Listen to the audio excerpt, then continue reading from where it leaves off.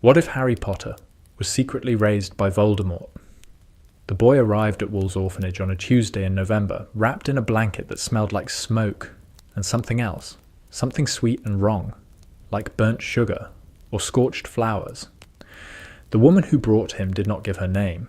She wore a long travelling cloak with the hood pulled low, and her hands shook when she placed the bundle on the front step, and she said only one thing to the matron who answered the door. "His name is Henry. He is 15 months old. His parents are dead." Then she turned and walked into the fog, and by the time the matron thought to call after her, there was nothing on the street but the yellow glow of the street lamps and the distant sound of traffic, and the crying of a baby who did not yet understand that his life had just been rewritten. The matron's name was Mrs. Bellamy. She was 63 years old, arthritic, underpaid, and perpetually exhausted. She had been running Wool's orphanage for 11 years, and in that time she had received dozens of children under similar circumstances. Nameless women, dead parents, bundles on doorsteps. She did not ask questions, because questions led to paperwork, and paperwork led to inspections, and inspections led to funding reviews, and funding reviews led to Mrs. Bellamy standing in a government office explaining why the plumbing in the East Wing had not been repaired since 1979. She picked up the baby, carried him inside, placed him in an empty cot in the nursery on the 3rd floor, and that was how Henry Gaunt, formerly Harry James Potter, began his second life. He was not, of course, really alone. The house in Little Hangleton had been empty for 40 years. The villagers avoided it. Children dared each other to touch the front gate and ran screaming when the iron creaked. The postman left packages at the bottom of the hill. The local council had tried 3 times to condemn the property, and 3 times the paperwork had been lost. The inspectors had forgotten their appointments. The building permits had simply vanished from the filing cabinet overnight. Magic. Not complicated magic. Just the quiet, persistent kind that bends the attention of ordinary people away from things they are not meant to see. Inside the house, in a room that had once been a study and now contained nothing but a high-backed chair, a fire and a cradle, a figure sat in the dark and watched a baby sleep. The figure was not a man, not entirely, not anymore. He had a man's shape, a man's hands, a man's voice when he chose to speak, but the face was wrong. Too pale, too smooth. The nose was flattened, almost absent, the nostrils 2 thin slits. The eyes were red, the pupils vertical, like a serpent's. The skin had a faint, waxy quality, as if it had been stretched over bone without quite enough material to cover everything properly.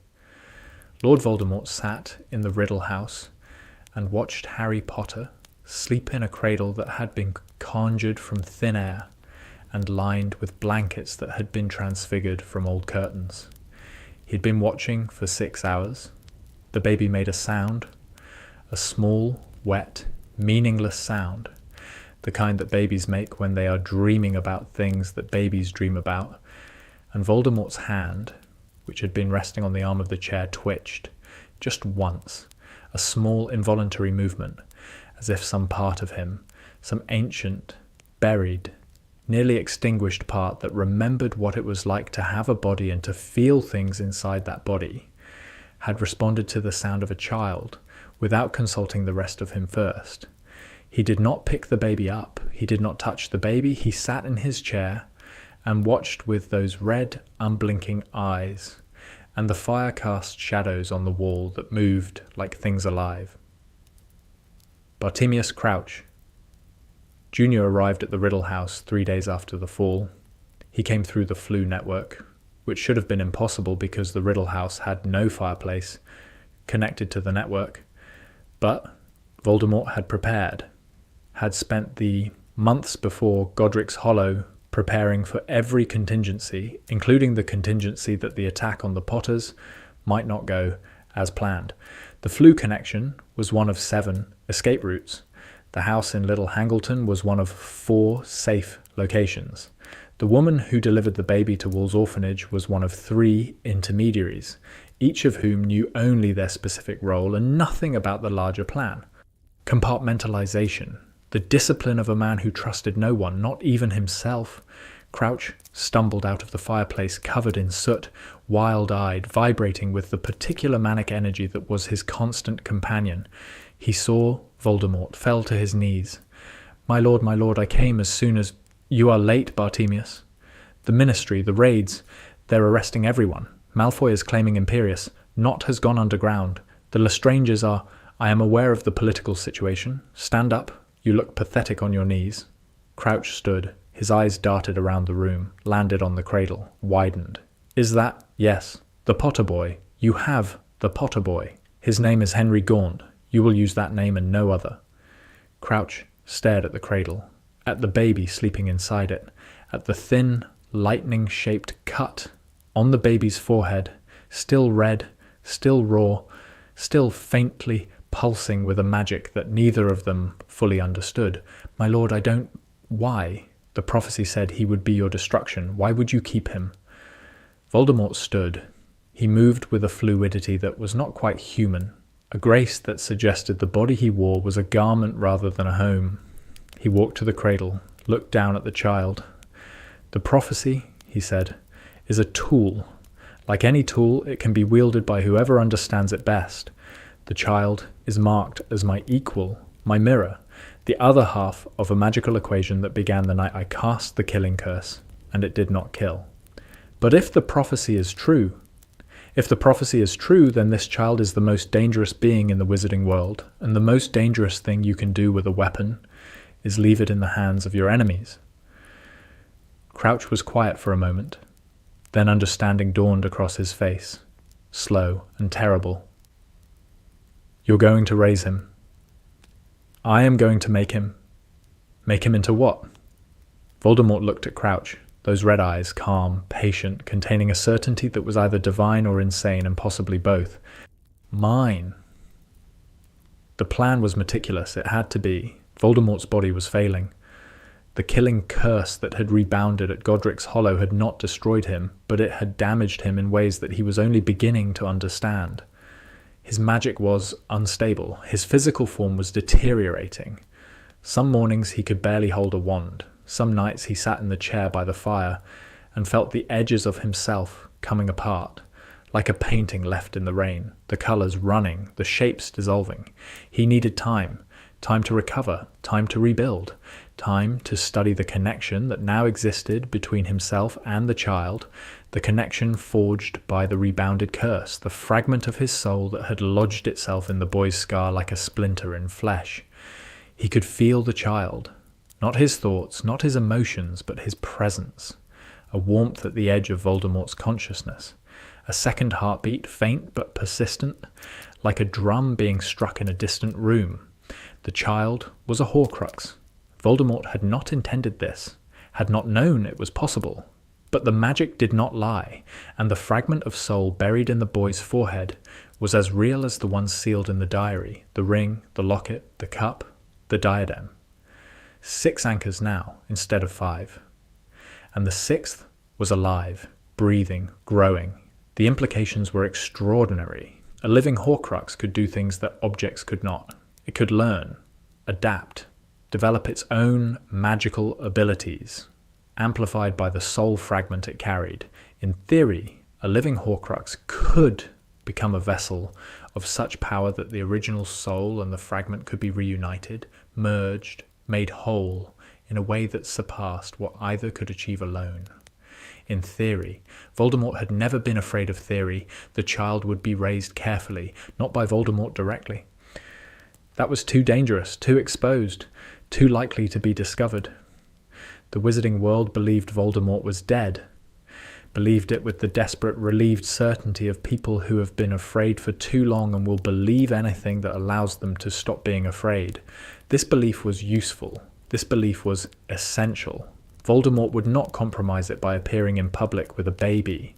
Instead, the child would be raised in the Muggle world, hidden in plain sight. Wool's Orphanage was perfect because Wool's Orphanage was where Tom Riddle had been raised, and Voldemort understood the place, understood its rhythms, its negligence, the particular brand of indifferent cruelty that passed for childcare in institutions run by people who had too many children and not enough money. The child would live there during the week. On weekends and holidays, he would be brought to the Riddle House, where Voldemort would begin his education. Not Hogwarts education, not the sanitized, structured, ministry-approved curriculum that turned potentially powerful witches and wizards into obedient civil servants. Real education. Old magic, the kind that Hogwarts had stopped teaching centuries ago because the founders decided it was too dangerous for children. Voldemort disagreed. He believed that magic was too dangerous for adults. Children adapted. Children absorbed. Children did not yet have the rigid, frightened thinking that made adult wizards hesitate when they should act and act when they should think. He would teach the boy everything, every spell, every curse, every branch of magic that the Ministry had classified as dark and locked away in vaults and restricted sections. Not to make the boy a weapon, or not only that, but to make the boy understand what magic truly was in its full, terrible, magnificent scope. To strip away the comforting lies that the wizarding world told itself about the nature of power.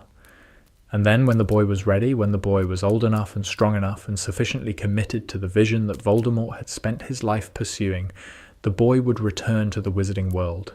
Not as Harry Potter, not as the boy who lived, as something new, something that no one expected, something that would change everything. This was the plan. It was, like all of Voldemort's plans, brilliant. It was also, like all of Voldemort's plans, founded on the assumption that human beings are machines that will produce predictable outputs when given the correct inputs. This assumption would prove to be catastrophically wrong. Henry Gaunt's earliest memory was a room with green wallpaper, not the nursery at Wool's. That room had white walls and a smell of disinfectant and the constant low-level noise of other children crying and fighting and being shouted at by adults who had stopped caring years ago. The room with green wallpaper was somewhere else, somewhere quieter, somewhere that smelled like old wood and fireplace ash, and something else, something cold and sharp like the air before a storm. He was 3 years old. He was sitting on a rug in front of a fire. A man sat in a chair across from him. The man was very tall and very thin and very pale, and his eyes were red, and Henry was not afraid of him. This last detail is important. Children are extraordinarily perceptive about danger. They can sense hostility, aggression, the particular kind of adult anger that precedes violence. They read body language with an accuracy that most adults have forgotten how to match. And Henry Gaunt, sitting on a rug in a room with green wallpaper at 3 years old, read the tall, pale man with the red eyes and did not find danger. He found attention. The man was looking at him. Not through him, not past him, not at the space above his head, while thinking about something else. At him, with a focus and an intensity that Henry had never experienced before. The adults at Wool's looked at the children the way you look at a pile of laundry that needs folding, with resignation, with obligation, with the vague awareness that something should probably be done. This man looked at Henry the way you look at something precious. "Say the word," the man said. Henry looked at the candle on the mantelpiece. It was unlit. He stared at it, scrunched his face, concentrated with the full force of a 3-year-old's attention. "Incendio!" The candle's wick burst into flame. The man did not clap, did not cheer, did not sweep Henry into an embrace. He nodded once, slowly, and said, "Good," again. Henry looked at a second candle. "Incendio." The second candle lit. Again. A third. "You see," the man said, and his voice was quiet, measured, the voice of someone who has spent a very long time learning to control every aspect of how they present themselves to the world. "The incantation is a crutch. The word does not create the fire. Your will creates the fire. The word is merely a way of focusing your will until you no longer need it. Do you understand?" Henry did not understand. He was 3. But he nodded because the man was paying attention to him, and Henry wanted the attention to continue. "Blow out the candles," the man said. Henry blew out the nearest candle. reached for the second. No, without blowing, without touching, just your will. Henry stared at the candle, thought about the flame going out, thought about darkness, thought about the way the candles at Wool's went out when the matrons snuffed them at bedtime, the quick pinch between finger and thumb, the brief curl of smoke. The candle went out. The man leaned forward in his chair. The firelight caught his face, and for a moment he did not look human at all, looked like something carved from marble and then animated by a force that was not quite life. Extraordinary, and he said, and there was something in his voice that was almost warm. Almost. The visits happened every Saturday. A woman came to collect Henry from Wool's at 9 a.m. Her name was Elspeth. She was quiet, efficient, unremarkable in every way that mattered, the kind of person your eyes slid over without registering. She told the matron she was Henry's aunt. Mrs. Bellamy did not check. Mrs. Bellamy was not the sort of woman who checked things. Elspeth brought Henry to the Riddle House via a method of travel that Henry would later learn was called side-along apparition. At 3, he experienced it as a brief, violent compression, like being squeezed through a tube that was too small, followed by a pop of air and the sudden appearance of the house on the hill. He did not enjoy it. He did not complain. He had already learned at Wool's that complaining about things you cannot change is a waste of energy. At the Riddle House, the man was waiting, always in the same room, always in the same chair, always with the fire burning and the green wallpaper glowing in the reflected light and that expression of focused, absolute attention. The lessons began simply, wandless magic, basic exercises in will and focus, light the candle, extinguish the candle, move the cup, lift the book, small things, manageable things, the building blocks of a magical education that would, over the years, become something that the wizarding world had never seen. But the lessons were not only magical. The man talked. He talked about the wizarding world, about its history, its politics, its failings. He spoke about Hogwarts, the school where witches and wizards were educated, and his voice when he spoke about Hogwarts was complicated. There was reverence in it, and contempt, and something that sounded, if you listened very carefully, like grief. Hogwarts is important, the man said, on a Saturday in February, while 4-year-old Henry practiced making a feather float above his palm. It is the centre of magical education in Britain. It is also a prison, a beautiful, ancient, magnificent prison designed to teach young witches and wizards just enough to be useful and not enough to be dangerous. What's a prison? A place where people are kept against their will, usually because the people who keep them are afraid of what they might do if they were free. Like wolves? A pause. The man looked at Henry with an expression that Henry could not read. Yes, he said, very much like wolves. Will I go to Hogwarts? Eventually, when you are 11. But by the time you arrive, Henry, you will already know more than most 7th-year students. You will walk through those doors, not as a child, hoping to learn, but as a young man who has already mastered the foundations. You will be prepared. And preparation, I have found, is the difference between the people who shape the world and the people who are shaped by it. Henry did not understand all of this, but he understood the tone. The tone said, you are special, you are important, you are being invested in. And for a boy who lived in an orphanage where no one remembered his birthday and the other children called him freak because strange things happened when he was upset, this tone was more powerful than any spell. What's your name? Henry asked. The man was quiet for a long time. The fire crackled. The shadows moved. You may call me Marvolo, he said. The years at Wool's orphanage were not kind, but they were educational. Henry learned to survive among children who did not like him and adults who did not notice him. He learned to read the politics of a crowded room, to identify the bullies and the allies, and the neutral parties, to understand who had power and how they used it.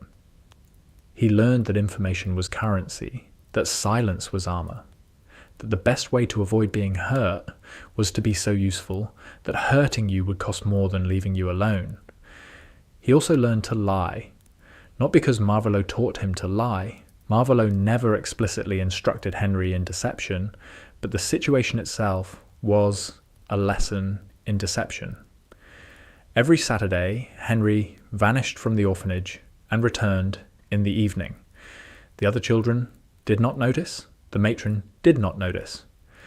Elspeth had placed a charm on the building that gently redirected attention away from Henry's absences. A subtle, persistent enchantment that made the staff vaguely believe that Henry was in the garden, or in his room, or in the common area, without ever checking to confirm. Henry learned that the world could be adjusted, that reality was not fixed, that with the right application of will and knowledge, you could make people see what you wanted them to see, believe what you wanted them to believe, and never question the discrepancy between their perception and the truth. This is an extraordinarily dangerous lesson to teach a child. Henry was 5 when he had his first real conversation with Marvolo about the Wizarding War. They were in the study. Henry was practicing a colour change charm on a handkerchief, turning it from white to green and back again with increasing speed and precision. Marvolo was reading a newspaper, the Daily Prophet, which was delivered to the Riddle House by an owl that arrived at dawn every morning and left the paper on the windowsill and never questioned who was reading it inside an allegedly empty house. Marvolo? Yes. The newspaper talks about someone called you-know-who. Who is that? Marvolo set down the paper, looked at Henry, a long, appraising look, the look of a man calculating how much truth a 5-year-old can absorb. He is a wizard, Marvolo said, a powerful one. He fought a war against the Ministry of Magic because he believed the wizarding world was being destroyed by its own cowardice and stupidity. Did he win? He did not. He was stopped. The wizarding world believes he is dead. Is he? Another pause, longer this time. No. Henry absorbed this with the calm pragmatism of a child who has grown up among liars and therefore evaluates every piece of information on its own merits rather than accepting it automatically. Is he you? Marvolo went very still. The fire popped. A log shifted, sending sparks spiraling upward. What makes you ask that? The newspaper says his name is Voldemort. Marvolo is a strange name. It sounds made up, and you're hiding. People who aren't hiding don't live in empty houses. Marvolo studied the boy. 5 years old, clear green eyes, dark hair. The scar on his forehead faded now, but still visible. A thin silver line in the shape of a lightning bolt. Yes, Marvolo said, I am Voldemort. Henry thought about this. His face was serious, composed, far too controlled for a child of 5. The orphanage had given him this. The ability to receive shocking information without reacting, to hold his response inside until he decided what the appropriate response should be. The newspaper says you killed people. I did. A lot of people? Yes. Why? Because they were in my way, because they opposed me, because I believed and still believe that the wizarding world is rotting from the inside, that the people who run it are incompetent and corrupt, and that the only way to fix something that's broken is to tear it down and build again. Did it work? No. I was stopped by a child, a baby in fact, 15 months old. He survived a curse that should have killed him, and the magic that saved him destroyed my body and my power, and sent me into exile. Henry looked at Marvolo, at the red eyes, at the serpentine face, at the hands that were too thin and too long and moved with a precision that was not quite human. The baby was me, Henry said. Silence. You told me my name was Henry Gaunt, but it's not. I'm the baby from the newspaper. I'm Harry Potter. Marvolo leaned back in his chair, and on his face, for the first time in Henry's memory, there was something that looked like genuine surprise. How long have you known? Since I was 4. There's a book in the orphanage library about the war, a Muggle book, but it mentions a baby who survived something terrible on Halloween night in 1981, the dates match, and there's a scar on my forehead that I didn't get from falling off a swing. You are remarkably perceptive. You told me preparation is the difference between people who shape the world and people who are shaped by it. I've been preparing. For what? For this conversation. Marvolo was quiet for a very long time. The fire burned, the shadows moved, and somewhere, in the silence between a dark wizard and a 5-year-old boy, something shifted. Not trust, exactly, not love, nothing so warm or human, but a recognition, the recognition that the person sitting across from you is not what you assumed, that they have been observing you as carefully as you have been observing them, that the power dynamic you thought you controlled is more complicated than you believed. Does this change things? Henry asked. Between us? That depends on you. I don't want it to change. You're the only person who teaches me anything, the only person who talks to me like I matter. I don't care who you are. I care what you know and whether you'll keep teaching me. And the fact that I killed your parents? Henry's face did not change. I never knew them. I know you. That's not fair, and it's not right. But it's true. And I've learned at the orphanage that true is more useful than fair. Marvolo looked at this child, this extraordinary, damaged, brilliant child who should have hated him and did not, who should have feared him and did not, who had processed the revelation that the man who murdered his parents was also the man who raised him, and had responded not with emotion, but with calculation.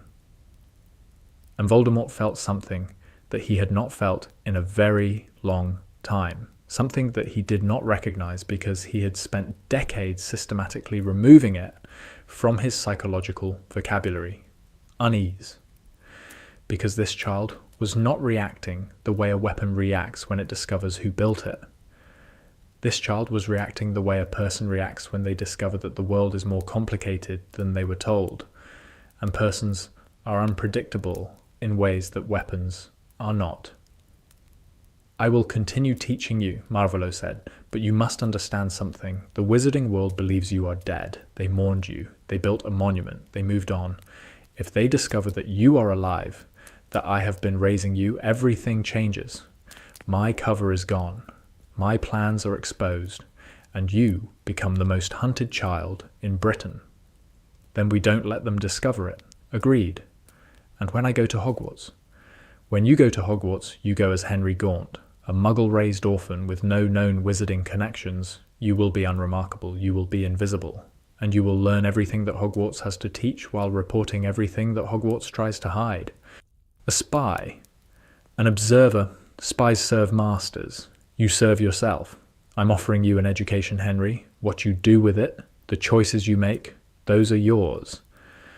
This was the lie. The elegant, perfectly constructed lie that Voldemort told himself and told the child, and almost believed, that he was offering freedom, that the boy had a choice, that the education being provided was neutral, unbiased, a gift without conditions. But education is never neutral.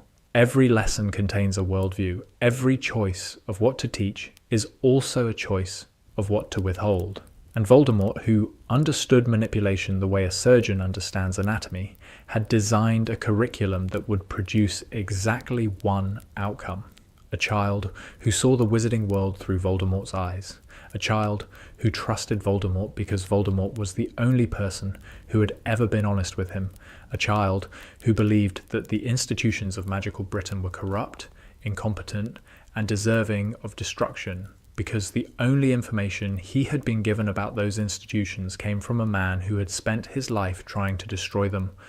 The most effective prison is the one the prisoner builds around themselves, using bricks the jailer provides, and calling it architecture. Henry Gaunt turned 6, 7, 8, 9, 10. The Saturday lessons continued, expanded, deepened. By the time he was 8, Henry could perform wandless magic that most adult wizards could not manage with a wand. He could summon objects, extinguish fires, levitate himself 3 feet off the ground, and produce a shield charm strong enough to stop a thrown rock. He could also speak to snakes. This discovery happened accidentally in the garden behind the Riddle house when Henry was 7. A grass snake, common, harmless, was sunning itself on a warm stone. Henry walked past it, the snake raised its head, and Henry, without thinking, said hello. The snake said hello back. Henry froze, looked around. No one else was in the garden. He looked at the snake. "Can you understand me?" "You speak," the snake said. "Few of your kind speak. The tall, cold one speaks. You speak like him." Henry ran inside, found Marvolo in the study. "I can talk to snakes." Marvolo's expression was, for an instant, unguarded. Something moved across his face that Henry had never seen there before. Not surprise. Marvolo was rarely surprised. Something deeper, something that looked almost like recognition. Yes, Marvolo said, it is called Parseltongue. It is a rare ability, inherited. Inherited from who? From me. Henry stared at him. But you're not my father. No, but we share a connection. The magic that links us, the magic born on the night I attempted to kill you, has given you abilities that would otherwise be impossible. Parseltongue is one of them. What else? That remains to be seen. Henry sat down in his usual place on the rug. The snake from the garden had followed him inside, was coiling around his wrist, its scales cool and dry against his skin. The other children at Wolves call me a freak, Henry said, because of the things I can do, the lights that flicker when I'm angry, the way objects move when I reach for them. They're afraid of me. Do you want them to stop being afraid? No. I want to understand why they're afraid so I can decide whether I want them to be.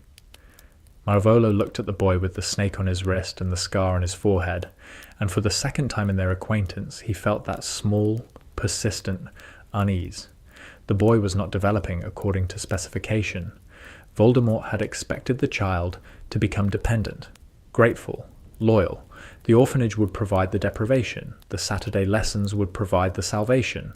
The contrast between the two environments would bind the child to his benefactor with chains of psychological necessity. But the child was not dependent.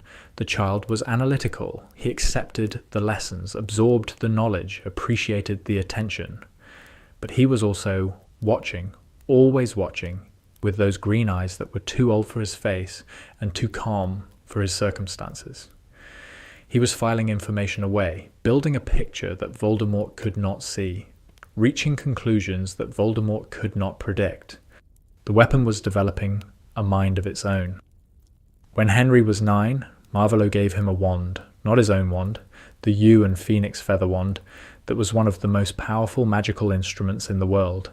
A different wand, older, simpler, 11 inches, hawthorn wood, unicorn hair core. It had belonged to a witch named Hepzibah Smith, who had died under circumstances that the Ministry had never successfully investigated. "This is a tool," Marvolo said, placing the wand on the table between them.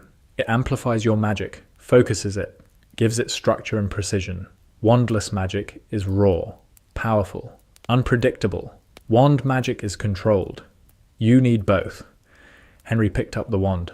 The moment his fingers closed around the hawthorn, he felt something run through him. Not warmth exactly, not electricity, something between the two, a resonance, as if the wand had been waiting for him, as if the unicorn hair at its core had recognized something in his magic and responded.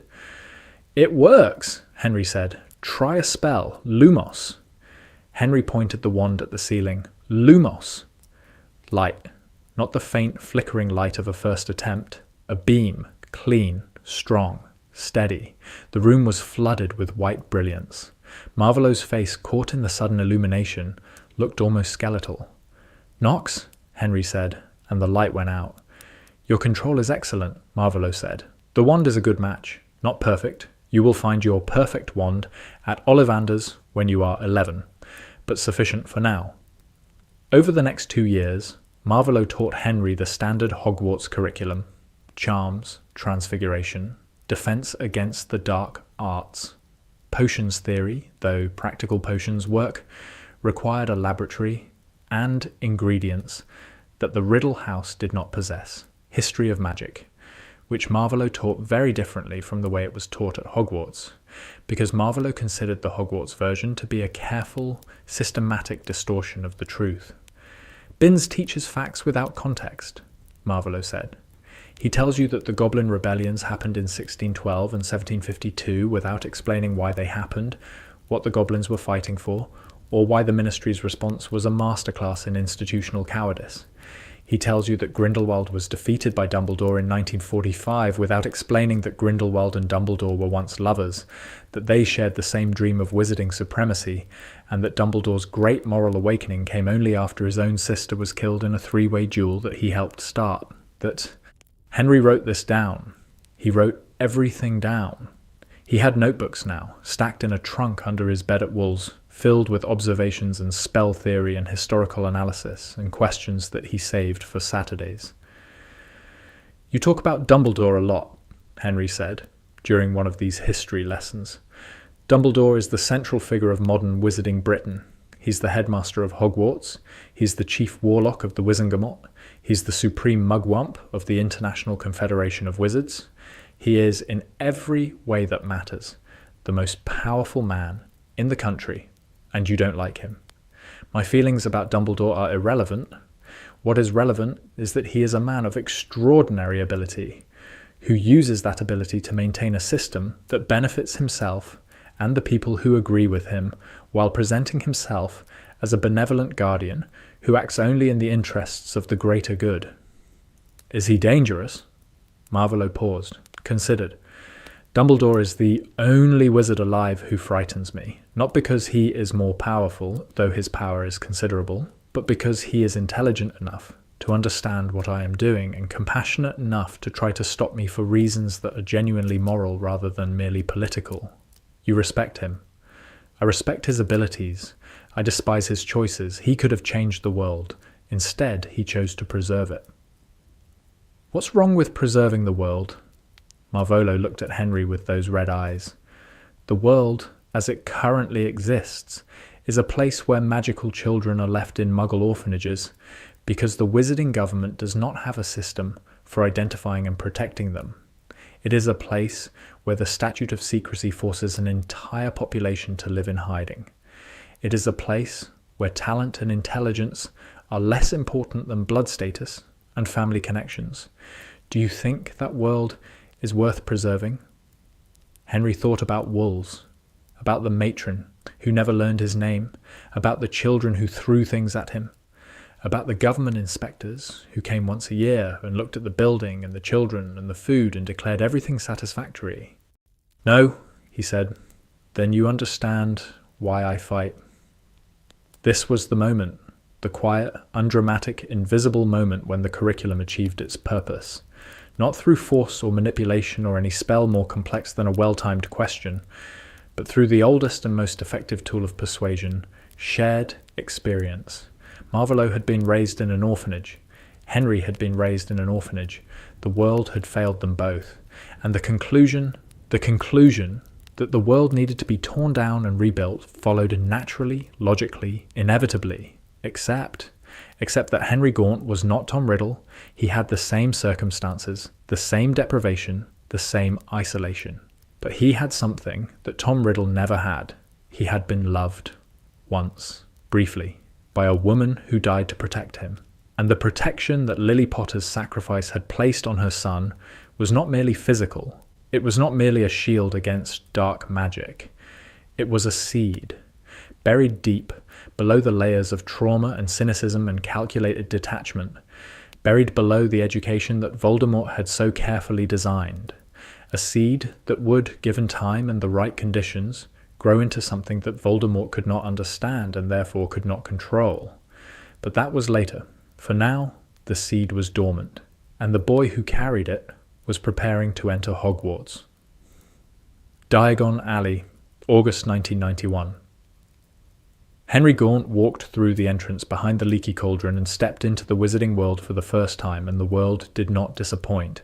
Colour everywhere, motion, noise, owls in cages, cauldrons in stacks, robes hanging from racks that rotated slowly by themselves, a shop selling broomsticks, another selling books, another selling things that Henry could not identify and did not have names for, witches and wizards of every description walked the cobblestone street, robes billowing, wands tucked into belts or held in hands, talking and laughing and arguing about things that Henry had only ever read about in Marvolo's study. Elspeth had brought him. She was still his escort, still quiet, still unremarkable, still the most invisible person in any room she entered. She led him through the crowd with the efficiency of someone who had been navigating Diagon Alley for decades and had no patience for sightseeing. Gringotts first, she said, then robes, then books, then the wand. Henry had money, Marvolo had established a vault at Gringotts under the name Gaunt, funded with gold that had been laundered through so many transactions that its origins were untraceable. The goblins did not ask questions. The goblins, in Henry's experience, never asked questions that did not relate directly to the movement of gold. The vault was modest, enough for school supplies, and several years of incidental expenses, modest by design. An orphan, with no known wizarding connections, should not have unlimited wealth. The disguise required consistency. They bought robes at Madame Malkin's. Henry stood on the footstool while the tape measure took his measurements by itself, darting around him like a snake. And in the next booth, another boy was being fitted at the same time. The boy was pale, pointed, with hair so blonde it was almost white. His robes were expensive. His posture was expensive. Everything about him communicated wealth and status, and the bored confidence of someone who has never doubted that the world was arranged for his convenience. "Hogwarts too," the boy said. "Yes." "First year?" "Yes." "I'm Draco Malfoy."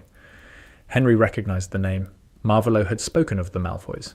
Lucius Malfoy had been one of his most loyal followers, had claimed Imperius after the fall, had avoided Azkaban through money and connections, was now embedded in the Ministry like a parasite in a host. "Henry Gaunt," Henry said. Draco's expression flickered. The name Gaunt meant something to him. Not much. The Gaunts had been extinct for decades, a disgraced pure-blood family reduced to poverty and madness. But it was a pure-blood name, and pure-blood names mattered to people like the Malfoys. "Gaunt? Are you related to the Peverils?" "I don't know my family history. I was raised in a Muggle orphanage." Draco's eyebrows rose. "An orphanage? That's unfortunate, but Gaunt is a respectable name. Ancient, actually. You should look into it." "I will. What house do you want?" "I'm going to be in Slytherin. My whole family's been in Slytherin. Best house there is." Henry had already been told by Marvolo which house to aim for. Slytherin was Marvolo's house. Slytherin was where the pure-blood families sent their children. Slytherin was where the internal politics of Wizarding Britain were learned and practiced and refined. But Henry, standing in Madame Malkin's with a tape measure orbiting his head, looked at Draco Malfoy and made a decision. "I haven't decided yet," he said. Ollivander's was last. The shop was narrow, dusty, crammed with boxes stacked from floor to ceiling. The air was thick with something that was not quite dust and not quite magic, but was related to both. Behind the counter, an old man with wide, pale eyes stood watching Henry approach with an expression of extraordinary stillness. "Good afternoon," the man said. "I am Mr. Ollivander, and you are here for a wand." "Yes, sir." "Hold out your wand arm." Henry held out his right hand. The tape measure began its work. Ollivander moved through the racks, pulling boxes, opening them, presenting wands, taking them back when they did not respond. "Try this. Beechwood and dragon heartstring, 9 inches, rigid." Henry waved it. Nothing happened. No, here. Maple and phoenix feather, 7 inches, quite whippy." A slight warmth in Henry's fingers, but not right, not quite. Tricky customer. Let me think." Ollivander disappeared into the back of the shop, returned with a single box, older than the others, the cardboard soft with age. Holly and phoenix feather, 11 inches, nice and supple. Henry took the wand, and the moment his fingers closed around the wood, the shop exploded with light. Not the clean, controlled light of Lumos.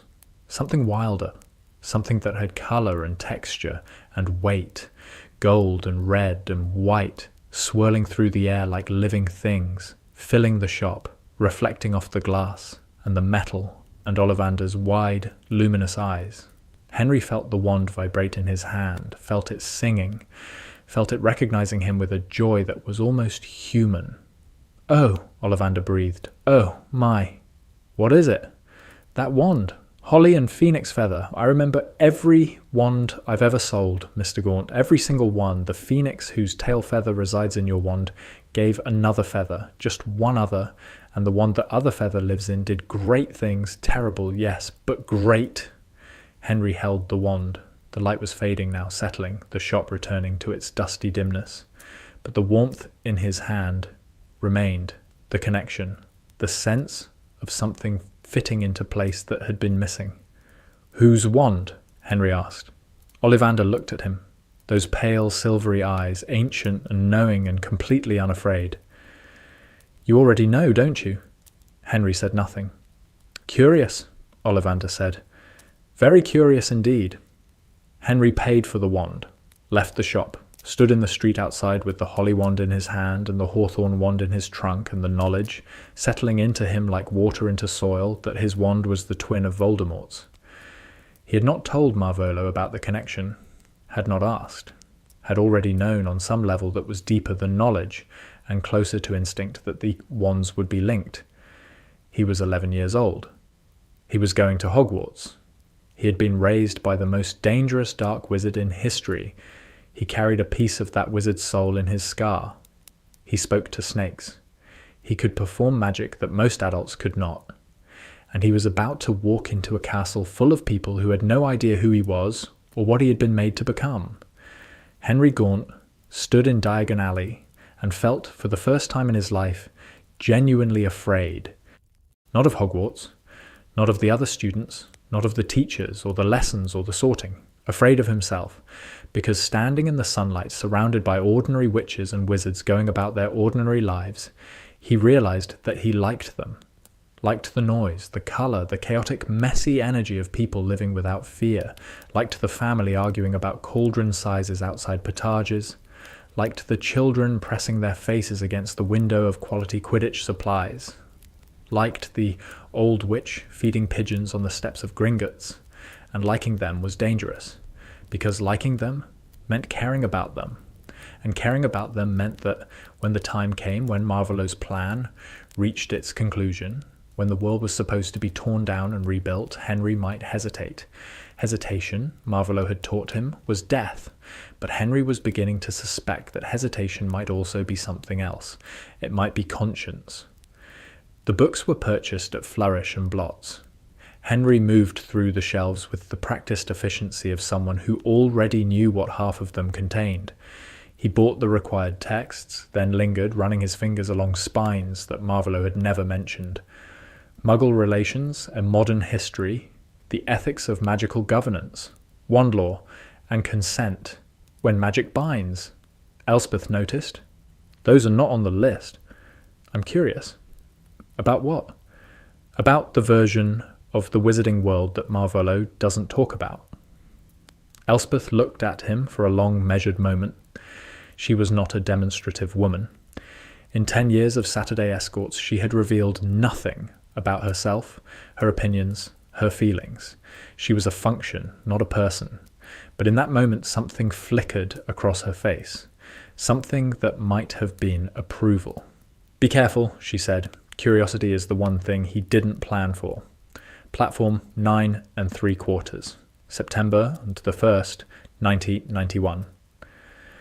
Elspeth delivered Henry to King's Cross at 10:30. She stood at the entrance to platform 9 3/4, her hood pulled low as always, and said the most words she had ever spoken to him in a single conversation. "Be careful, trust no one completely, learn everything, and remember who you are." Henry looked at her. This woman, who had been his invisible guardian for 10 years, whose face he could never quite bring into focus, whose voice he would forget the moment she stopped speaking. "Who am I?" he asked. "That," Elspeth said, "is the question." She turned and disappeared into the crowd, and Henry walked through the barrier between platforms 9 and 10 and emerged into another world. The Hogwarts Express was enormous, scarlet, steaming like a dragon in the morning light. Students everywhere, trunks, owls, parents hugging children, giving instructions, wiping tears. The platform was a chaos of colour and noise and emotion, and Henry stood at the edge of it, an orphan with no family to say goodbye to, and watched. He found a compartment near the back of the train. Empty. He sat down, placed his trunk in the overhead rack, took out a book, Advanced Transfiguration Theory, which he was reading for the second time, and settled in for the journey. 20 minutes later, the compartment door slid open. A girl. Bushy, brown hair, large front teeth, eyes that moved across the compartment, across Henry, across his book, with the rapid, acquisitive scanning of someone who evaluated everything she encountered and categorized it instantly. Has anyone seen a toad? A boy named Neville's lost one? No. She looked at his book. Her eyes narrowed. That's not a first-year text. That's a fourth-year book. Yes. You've already read it? Twice. The girl sat down, uninvited. She did this with the particular confidence of someone who has never occurred to wait for an invitation. I'm Hermione Granger. I'm Muggle-born. I've read all our set books and several additional ones. I've memorized the standard spell list for first years and practiced the theory. Hogwarts. A history says the castle has 142 staircases, and the ceiling of the Great Hall is bewitched to look like the sky outside. Henry looked at this girl, this torrent of information and enthusiasm and barely contained anxiety disguised as confidence. Henry Gaunt, he said. I grew up in a Muggle orphanage. I've also read ahead. How far ahead? Depends on the subject. Second year in most things, third or fourth in Defense and Transfiguration. Hermione's eyes widened. That's not possible. Where did you get the books? They're not available in Muggle bookshops. I have a private tutor. Who? I'd rather not say. Her eyes narrowed again, evaluating, categorizing. He could almost see the mental filing system at work. That's suspicious, she said. Perhaps. But impressive, if it's true. It's true. A pause. Then Hermione Granger did something unexpected. She smiled. Not a polite smile, not a social smile, but a real one. The kind of smile that appears when someone who has spent their entire life being the smartest person in every room suddenly encounters someone who might be smarter. Good, she said. I was worried there wouldn't be anyone to compete with. Henry almost laughed. He caught it, held it, did not let it escape. Laughter was vulnerability. Vulnerability was weakness. Marvolo had not said this in so many words, but the lesson was embedded in everything he had taught. And yet, the smile on this girl's face was genuine. The warmth in it was real. And for a moment, just a moment, Henry wanted to laugh. And the wanting felt like a rebellion against something he could not name. Competition accepted, he said. They talked for the rest of the journey, not about personal matters. Henry deflected every question about his background with the practiced ease of someone who has been lying about his identity for a decade, but about magic, about theory and application and the tantalizing gaps between what the textbook said was possible and what might actually be achieved. Hermione was brilliant. Henry recognized it immediately, the way one predator recognizes another. She was not merely intelligent in the sense of being able to absorb and recall information, though she could do that with frightening speed. She was intelligent in the deeper sense, the sense of being able to see connections between ideas that other people treated as unrelated, to synthesize information from multiple sources into something new. She was also lonely. He recognized that too. The particular loneliness of a child who has always been too clever for the company available, who has learned to fill the empty space around her with books and facts, and the desperate, transparent hope that someone somewhere will find her interesting rather than annoying. Henry understood this loneliness because he shared it, because despite Marvolo's Saturday lessons, despite the knowledge and the power and the sense of purpose that the lessons provided, Henry had spent 10 years in an orphanage without a single friend. And Hermione Granger, in the space of a 3-hour train ride, came closer to being his friend than anyone he had ever met. This was a problem. Friends were liabilities. Friends were connections that could be exploited, pressured, used as leverage. Marvolo had never said this explicitly, but the implication was clear in every lesson about wizarding politics and power dynamics.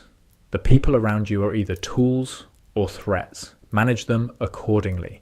But Henry was 11, and the part of him that was Harry Potter, the part that Lily Potter's love had preserved, the seed buried beneath years of careful conditioning, felt Hermione Granger's warmth and responded to it the way a plant responds to sunlight. Involuntarily, irresistibly, without consulting the rest of him first. The great hall, the sorting. Henry sat on the stool with the sorting hat on his head and had the strangest conversation of his young life. Well, well, well. The hat's voice inside his mind was warm, amused, infinitely old. It sounded like a grandfather who has seen every possible variation of human nature and finds all of them equally entertaining. What do we have here? A mind that's been very carefully organized, very deliberately structured. Someone has been building you, young man, layer by layer, like a city designed by an architect who wants every street to lead to the same destination.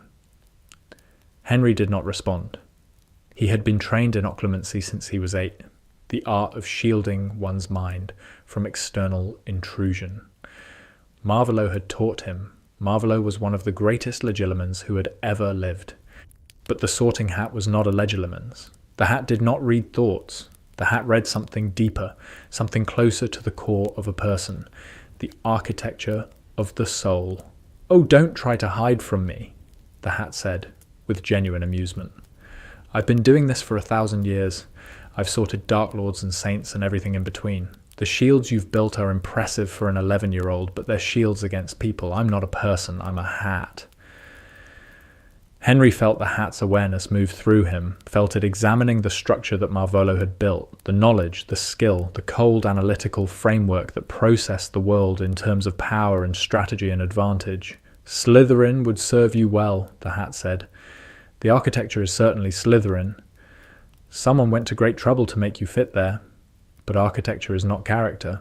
Buildings can be redesigned. Let me look deeper." Henry tried to resist. Could not.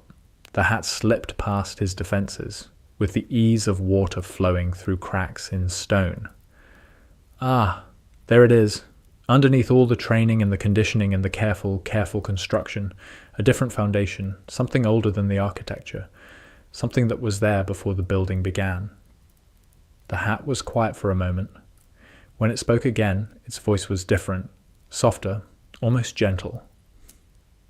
"You have been loved, child, not by the one who built you, by someone else, someone whose love was so powerful that it survived death itself and lodged in your very soul. That love is your true foundation. It is the bedrock on which everything else has been built, and it does not belong in Slytherin." Henry felt something move inside him, something deep and old and frighteningly powerful, something that had been dormant for 10 years and was now, for the first time, stirring. "Where does it belong?" he asked. "It belongs wherever you choose to put it. That is the nature of love. It does not choose for you. It waits until you choose, and then it supports the choice. So I will ask you once, and I will honor whatever you say. Where do you want to go?" Henry thought about Marvolo, about the plan, about the cold, elegant architecture of a destiny that had been designed for him before he was old enough to consent to it.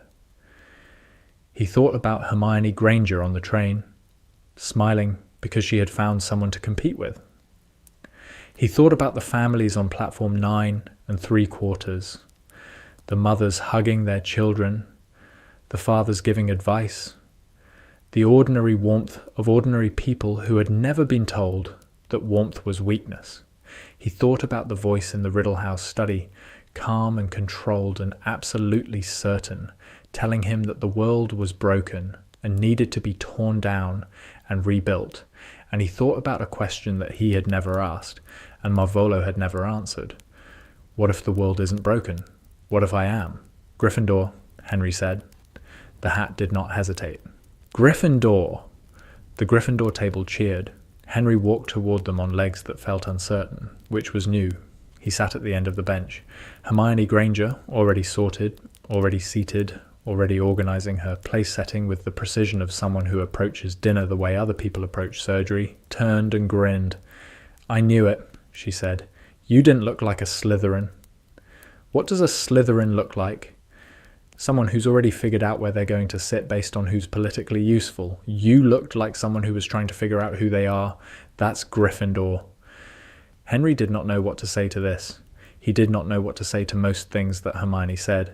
She spoke with a directness that he found both refreshing and destabilizing, because the people in his life, all of them, had spoken in layers and codes and careful omissions, and Hermione seemed constitutionally incapable of saying anything she did not mean.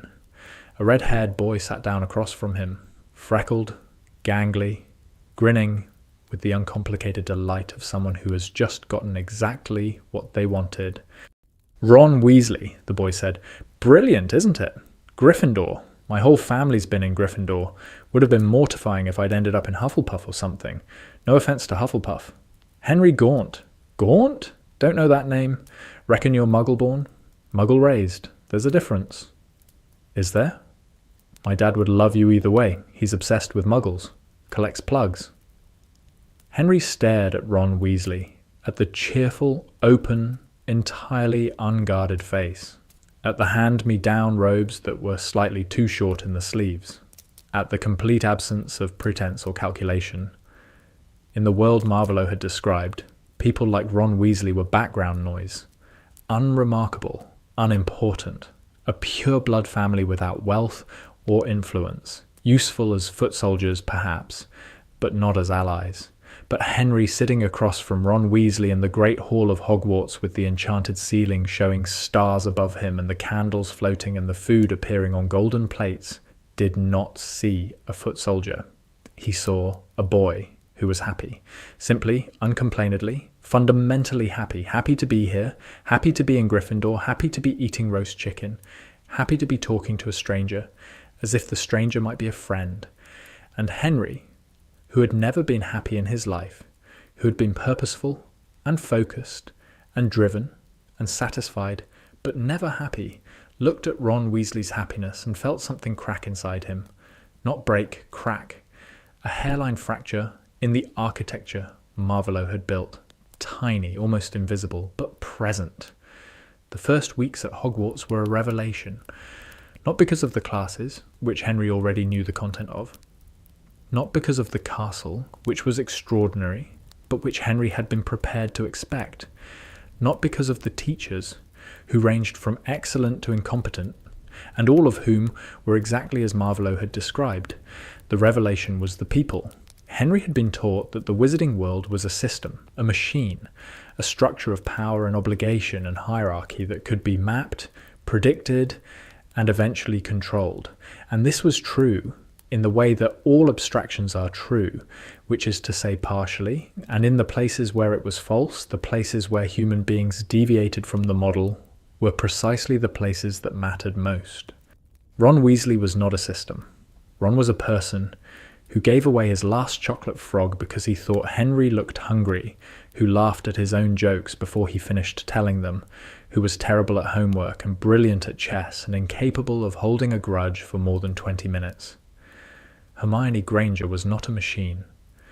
Hermione was a hurricane of ambition and insecurity and desperate desire to prove herself, who stayed up until midnight reading because she was afraid that if she stopped being the best, people would stop noticing her, and who cried in the bathroom when Ron said something careless about her not having friends, and who was so grateful when Henry and Ron came to find her after the troll incident that she could barely speak. Neville Longbottom was not a hierarchy.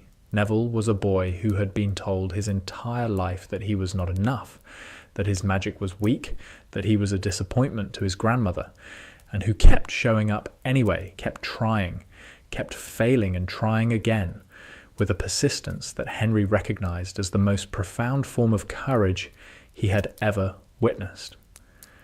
These people did not fit the model. They were not optimizing for power or advantage. They were not playing the games that Marvolo had taught Henry to expect.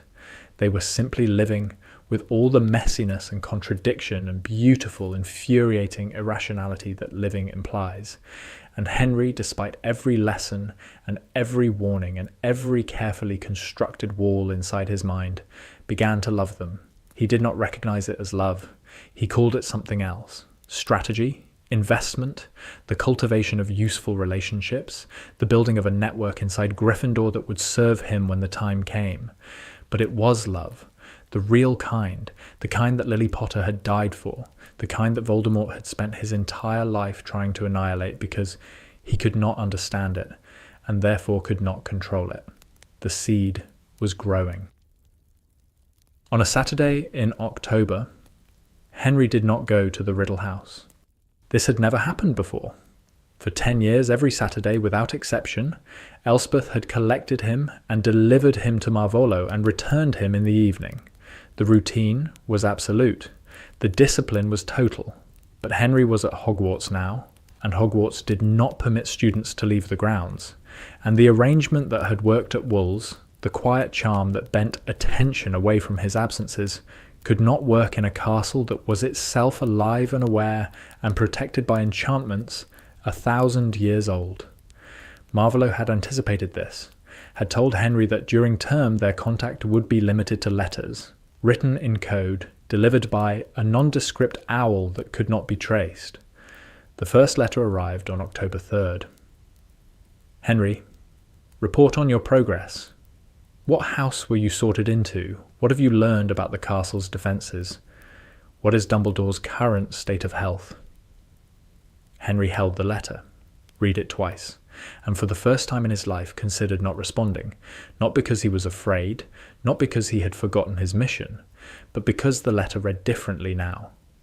At Wool's, surrounded by people who did not care about him, Marvolo's instructions had felt like a lifeline, the only voice that took him seriously, the only mind that treated him as an equal. But at Hogwarts, surrounded by people who did care, the instructions felt like something else. They felt like a leash. Henry wrote back, brief, factual, Gryffindor. Castle defences appear extensive. Dumbledore appears healthy. Class is unremarkable. He did not mention Ron. He did not mention Hermione. He did not mention the way the common room felt at night, warm and orange and full of voices, or the way the castle corridors echoed with laughter between classes, or the way Professor McGonagall's mouth twitched when she tried not to smile at something a student said. He did not mention that he was, for the first time in his life, beginning to understand why most people did not want the world torn down and rebuilt. Because most people, he was discovering, liked the world, not its systems, not its institutions, not its abstractions, but its texture, its warmth, its noise, the particular sound a common room makes at 10 o'clock at night when someone is losing at chess, and someone else is trying to finish an essay, and someone else is telling a story that gets louder with each retelling. Henry liked these things, and liking them felt, in the deepest part of his carefully constructed mind, like treason. The confrontation with Quirrell happened in June, and it was nothing like what Marvolo had prepared him for. Henry had known about Quirrell from the second week of term, not because of the stutter, which was obviously fake, or the turban, which smelled wrong, or the nervous effect, which was overplayed. Henry knew because of the scar. The scar had been quiet for 10 years. A thin, silver line. No pain, no sensation, no indication that it was anything other than the remnant of a wound. But at Hogwarts, in the presence of Professor Quirrell, the scar woke up, not screaming, not the blinding, incapacitating agony that it would become in later years. Just a low, persistent hum, a vibration at the edge of his awareness. And sometimes, in the dead of night, when the castle was silent and the dormitory was dark, Henry felt something else through the scar. Presence. Someone was in the castle who should not be there. Someone familiar. Someone whose magical signature Henry had spent 10 years learning to recognize. He did not tell Marvolo. This was the first deliberate act of concealment, the first lie, and it felt, to Henry's surprise, not like betrayal, but like freedom. The events of that night unfolded quickly. Henry went through the trapdoor with Ron and Hermione because they had figured out the plot together, because they refused to let him go alone, because friendship, it turned out, was not a thing you could manage or control.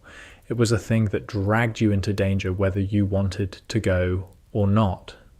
Ron played the chess game, sacrificed himself, fell, and Henry felt the crack in the architecture widen, because Ron had put himself in harm's way, not for strategy, not for advantage, but because he believed that Harry's mission mattered more than his own safety. That was love, unmistakable, undeniable. Hermione solved the potions puzzle, sent herself back to look after Ron, hugged Henry before he walked through the flame. The hug was unexpected, fierce, brief, and Henry felt, in the moment of contact, the warmth of another human being, holding him, not because they wanted something from him, but because they were afraid of losing him. That was love, too. Henry walked through the flame and found Quirrell standing before the mirror of Erised, and behind Quirrell, in the folds of his turban, wrapped around the back of his skull like a parasite, was a face that Henry knew better than his own. "Henry!" The voice was Marvolo's voice, but not the voice from the study, not the measured, controlled teaching voice. This voice was ragged, desperate, thin like a wire pulled too tight. "Marvolo," Henry said, "you should not be here." "I know. I am trying to get the stone, the Philosopher's Stone. It will give me a body, a real body. I need it." Henry looked at the face in the back of Quirrell's head, at the red eyes, still recognizable, but diminished, at the flattened nose, the slit nostrils, the features he had grown up watching in firelight. "You lied to me," Henry said. "I did not. You told me you were recovering, building strength, waiting for the right moment. You never told me you were possessing a professor. You never told me you were inside the school. You never told me you were this weak. Weakness is temporary. And the turban? The stutter? Was that supposed to be subtle?" For a moment something, almost like a laugh, crossed the parasitic face, but it died quickly. "Give me the stone, Henry. Look into the mirror. You can retrieve it. You do not desire it for yourself, so the mirror will release it to you." Henry looked at the mirror. He could see his reflection, and beside his reflection, he could see other figures. Not clear, not focused, shifting like smoke. A woman with red hair and green eyes, a man with glasses and messy black hair. They were smiling at him. Henry stared. He had never seen a photograph of his parents. Marvolo had never shown him one, had never mentioned them except as casualties of the war, as obstacles that had been removed. Henry had not known what they looked like, had not known that his mother had his eyes, had not known that his father had his hair. He looked at them, and the seed inside him, the thing that Lily Potter's love had planted, broke through the soil and reached for the light. "Who are they?" he whispered. "Ignore the mirror," Marvolo hissed. "The stone. Get me the stone. They're my parents." "Your parents are dead. They are irrelevant." "The stone. Henry. Now." Henry looked at his mother's face, at her smile, at the eyes that were exactly the same color as his own, and he felt something that Marvolo had never taught him about, something that no amount of education or conditioning could prepare for. Grief. Not the abstract intellectual acknowledgement of loss that he had carried for 10 years. Real grief. The physical, devastating, incapacitating grief of a child who has just realized for the first time what was taken from him. He had parents, they loved him, they died for him, and the man who killed them raised him instead and taught him to think of their deaths as a strategic miscalculation, and never once showed him their faces. "You killed them," Henry said. "I have already told you.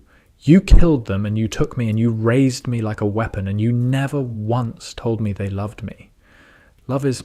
Don't tell me love is irrelevant. Don't tell me it's a weakness. Don't tell me the same thing you've been telling me for 10 years while I sat in your study and learned your lessons and believed every word because you were the only person who ever paid attention to me." Henry's voice was shaking. His hands were shaking.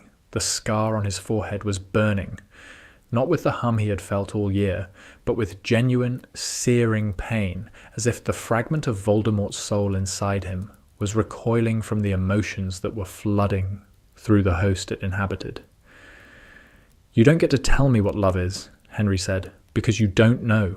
You've never known. You're the most intelligent person I've ever met, and you don't understand the simplest thing in the world." "Henry, my name," Harry said, "is Harry." Silence.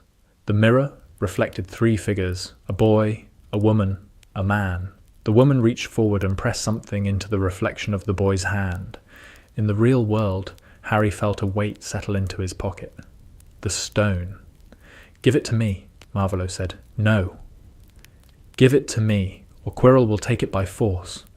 Quirrell's body moved forward. Hands reached for Harry, grabbed his arms, and burned. The same protection that had stopped the killing curse 10 years ago flared to life. Quirrell screamed. His hands blistered, blackened, crumbled. He fell back, howling. Marvolo screamed too, a sound that was not quite human, not quite alive. Harry stood in the chamber with the stone in his pocket, and his parents' faces fading in the mirror, and the sound of screaming filling the air. And he felt the architecture inside him, the beautiful, careful, 10-year construction that Voldemort had built with such patience and precision, collapse, not slowly, not gradually, all at once, like a controlled demolition, like a building that had been designed to stand forever, coming down in seconds, because someone removed the single load-bearing pillar that held it all together.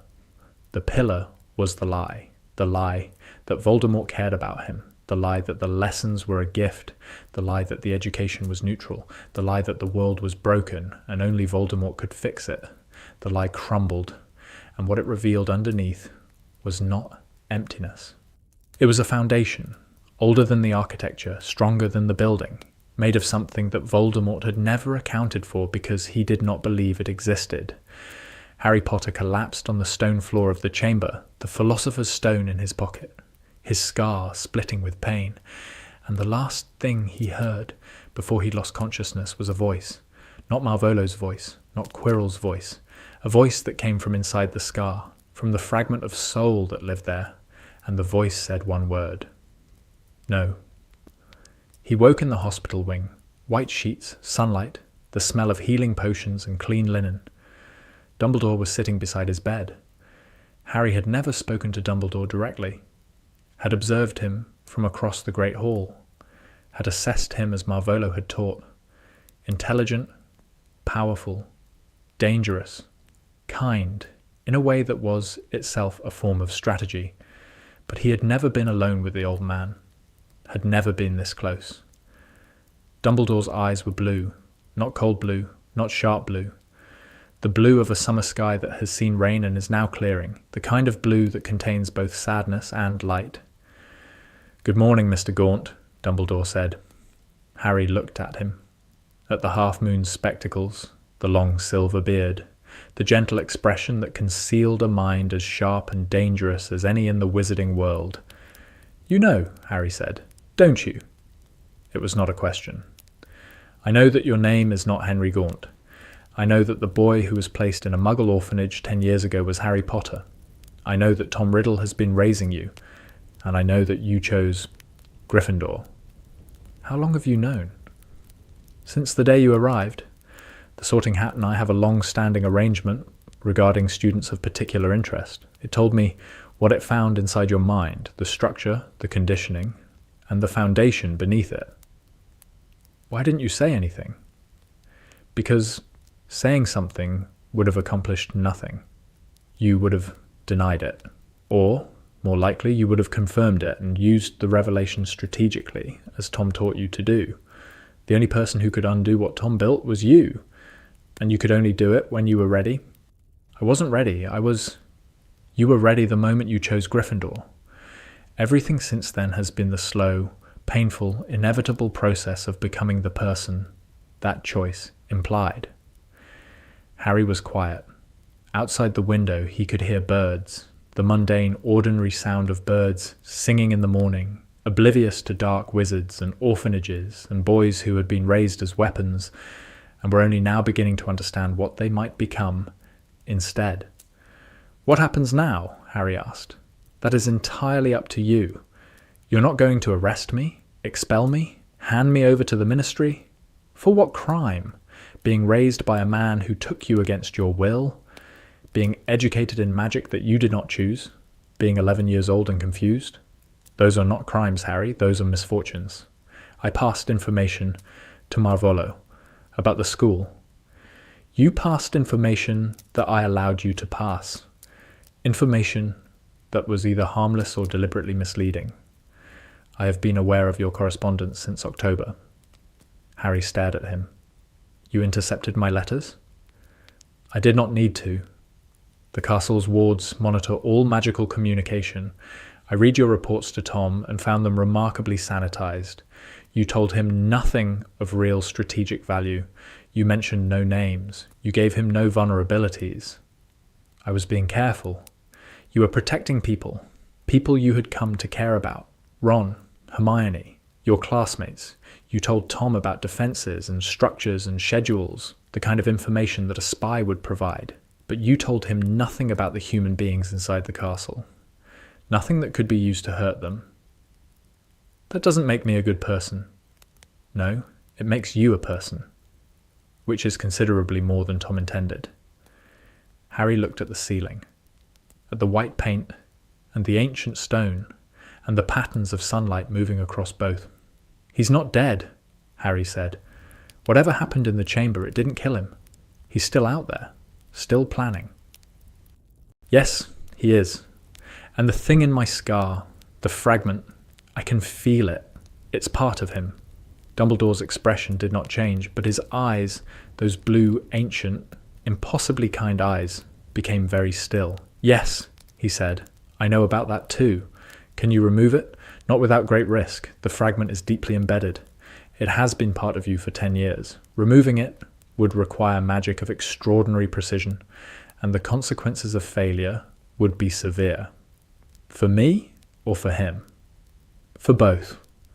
Harry closed his eyes, thought about Marvolo's voice, about the green wallpaper room, about the candle and the feather, and the patient, focused attention that had been the closest thing to love he had ever known.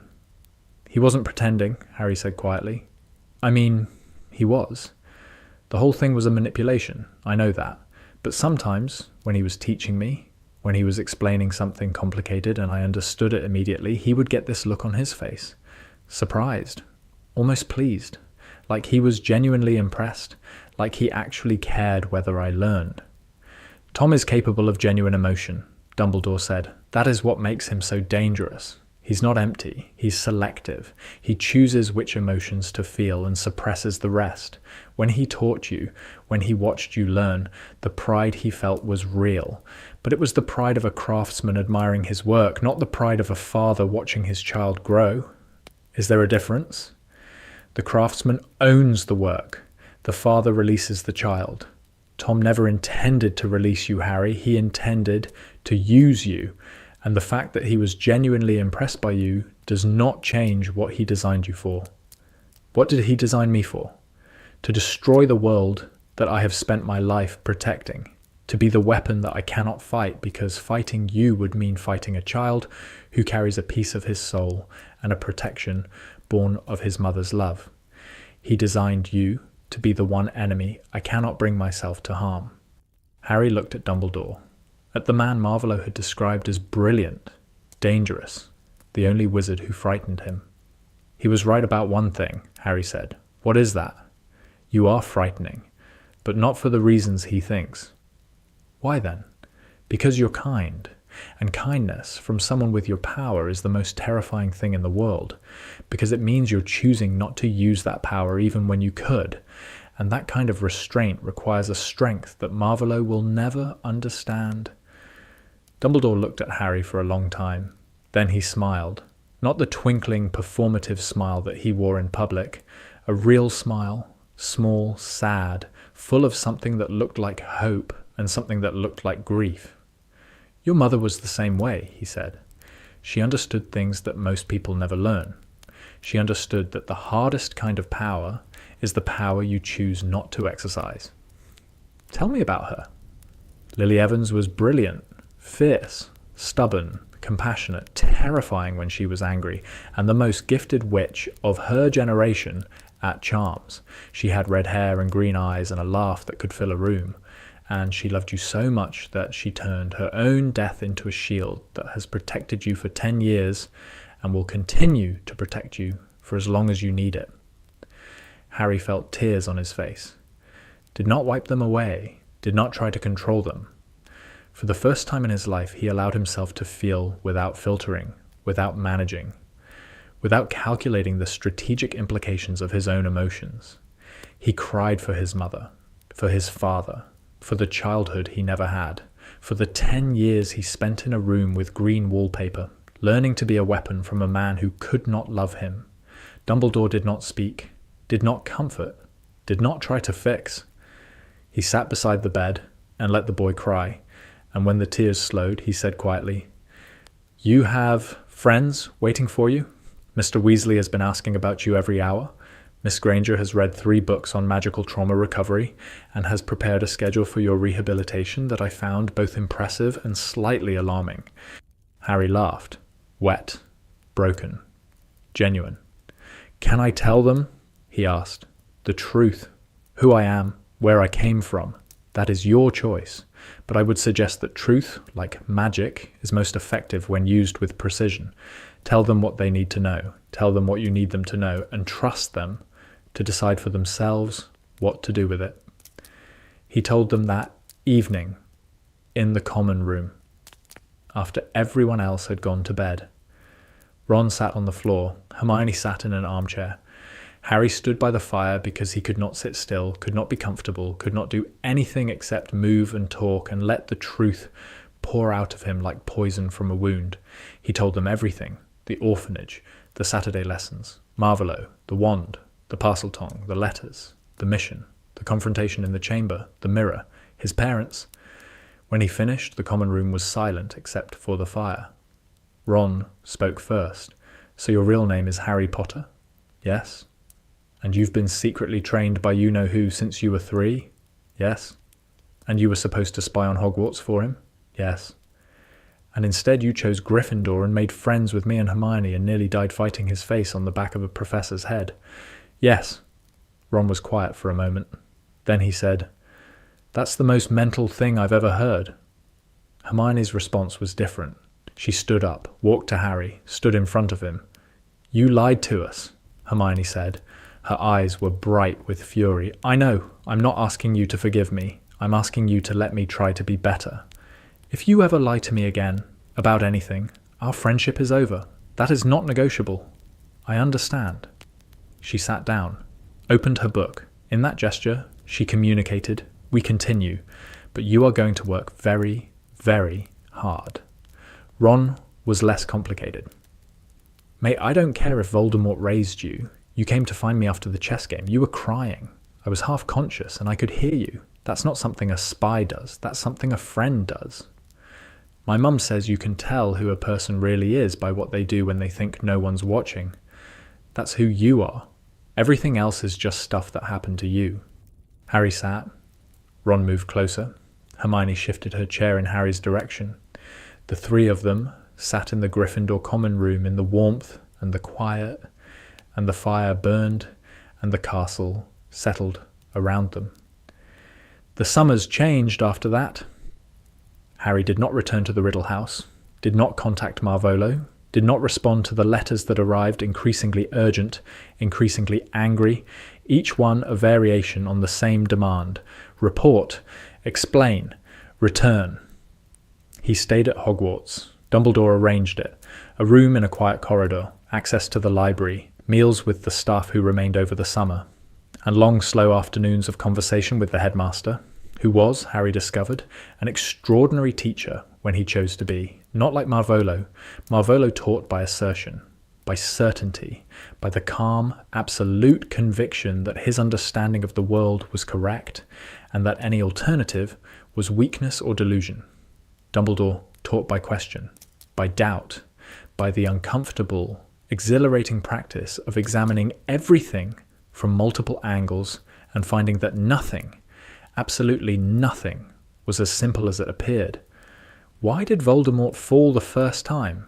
Dumbledore asked, one afternoon in July while they sat in his office, eating lemon drops. "Because my mother's sacrifice created a protection he didn't anticipate."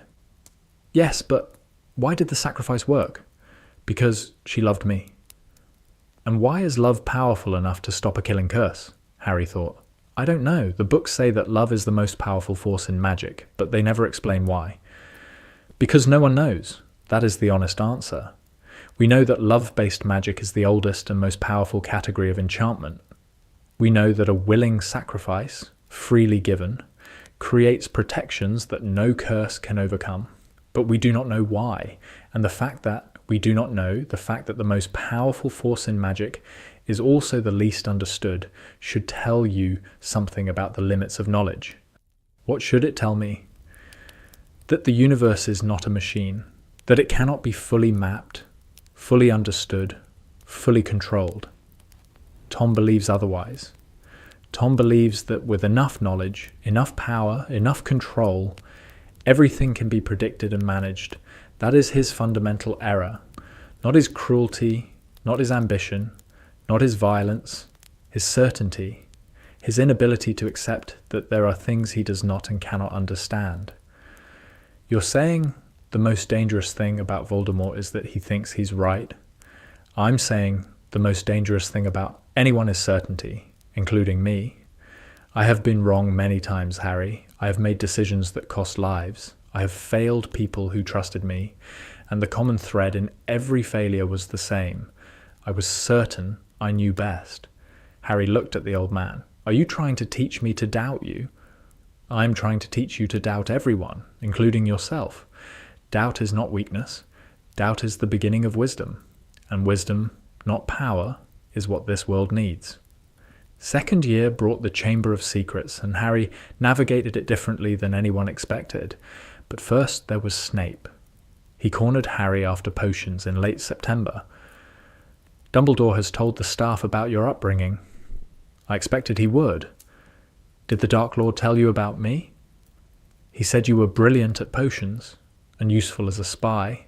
He said you were weak. Something cracked in Snape's face. I turned because of your mother. I knew Lily Evans before Hogwarts. She was my only friend. When the Dark Lord targeted her, I went to Dumbledore, offered everything. Why are you telling me this?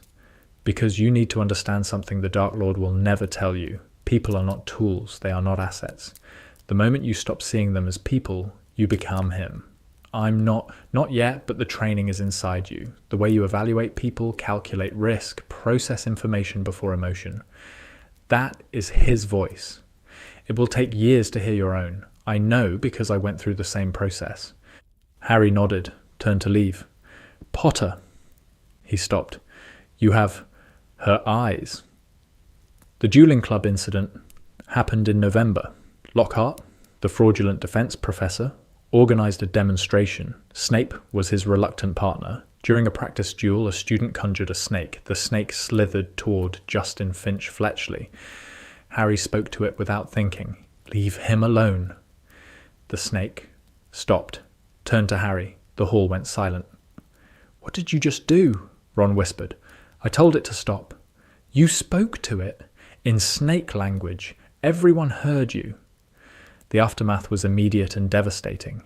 Half the school believed Harry was the heir of Slytherin. The Parseltongue ability, which Marvolo had treated as a gift, as evidence of special connection, was perceived by the wizarding world as a mark of darkness, of evil. Hermione found Harry in the library that evening, alone, staring at a book he was not reading. They're afraid of me. Some of them, not all. Ron looked at me differently. Ron looked at you like he just discovered his best friend can do something extraordinary and terrifying, and he's trying to figure out how to feel about it. Give him time. Marvolo would say I should use it, the fear, the power.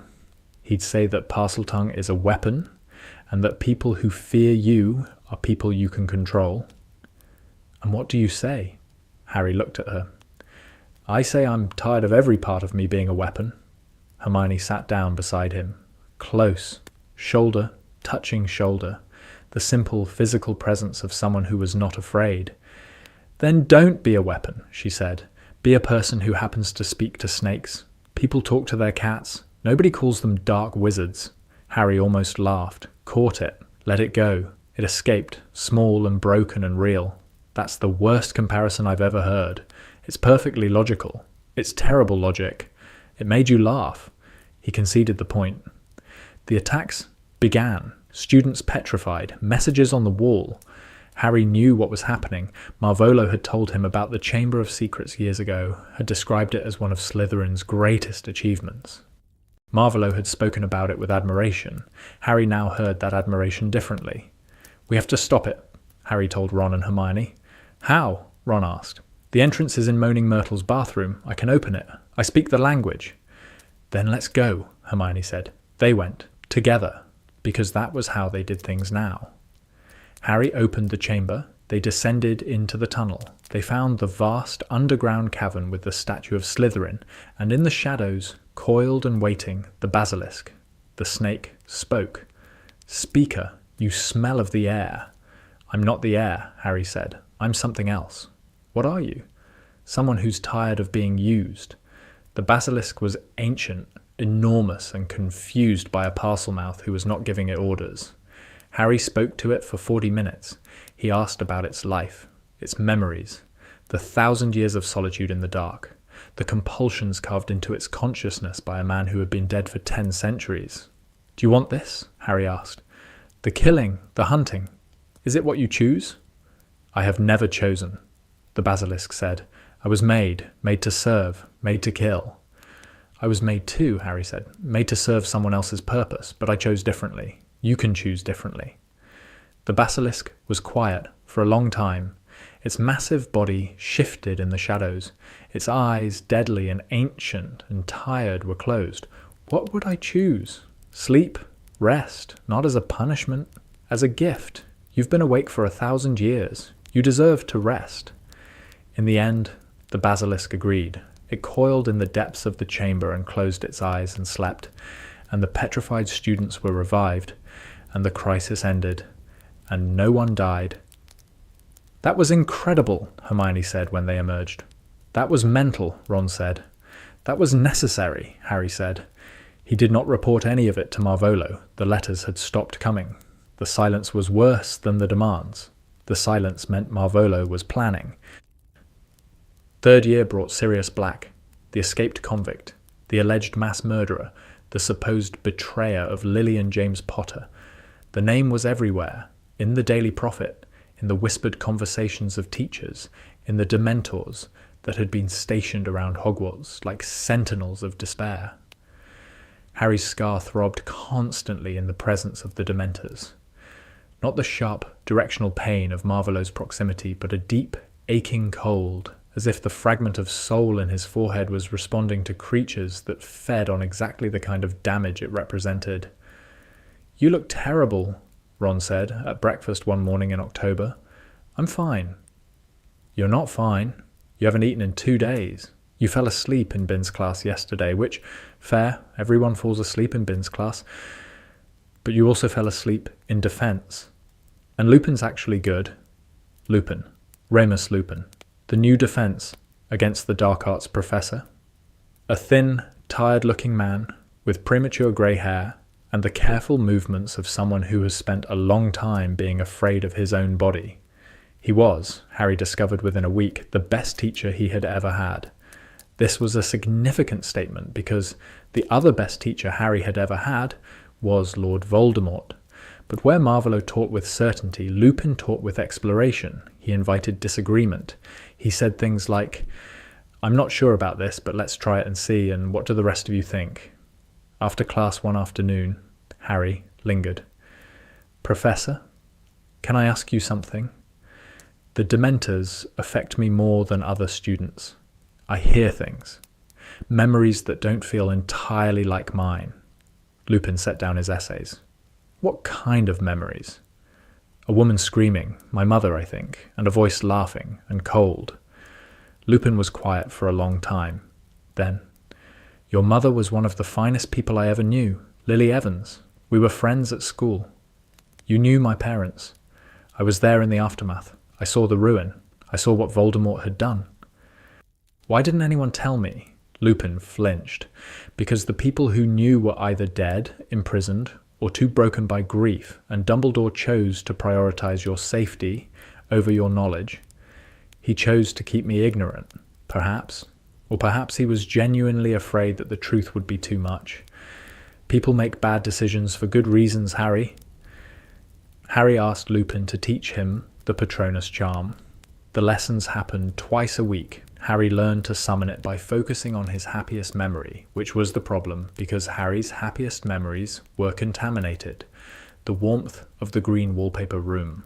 Marvolo's voice saying, extraordinary. These memories produced a Patronus. Faint, silvery, shapeless, not strong enough.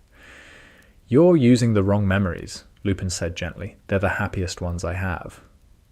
Are they? Or are they the ones you've been told are happy? Happiness from being valued by someone who is using you is not happiness, it's dependency. Harry searched his memory, dug past the 10 years of Saturday lessons, and found something small. He was very young, being held by someone warm, who smelled like flowers. The person was laughing, not at him, with him, holding him close, his mother. Expecto Patronum. A stag burst from his wand, full-bodied, massive, silver-white and blazing with light. That's your father's form, Lupin whispered. His eyes were bright with tears. James! His Patronus was a stag. Sirius Black found Harry in the shrieking shack. The truth came out in pieces. Peter Pettigrew, the secret keeper, switch, the betrayal. Marvolo never mentioned Peter, Harry said. Sirius stared. Who? Voldemort. He raised me. He never mentioned a Peter Pettigrew. Sirius's face went through horror, confusion, fury. He took you. He took James and Lily's son and he raised you. He took me from a Muggle orphanage. The orphanage was not kind. Marvolo was. In his way. His way was murder, Harry. I know what he is. I'm not defending him. I'm telling you what happened.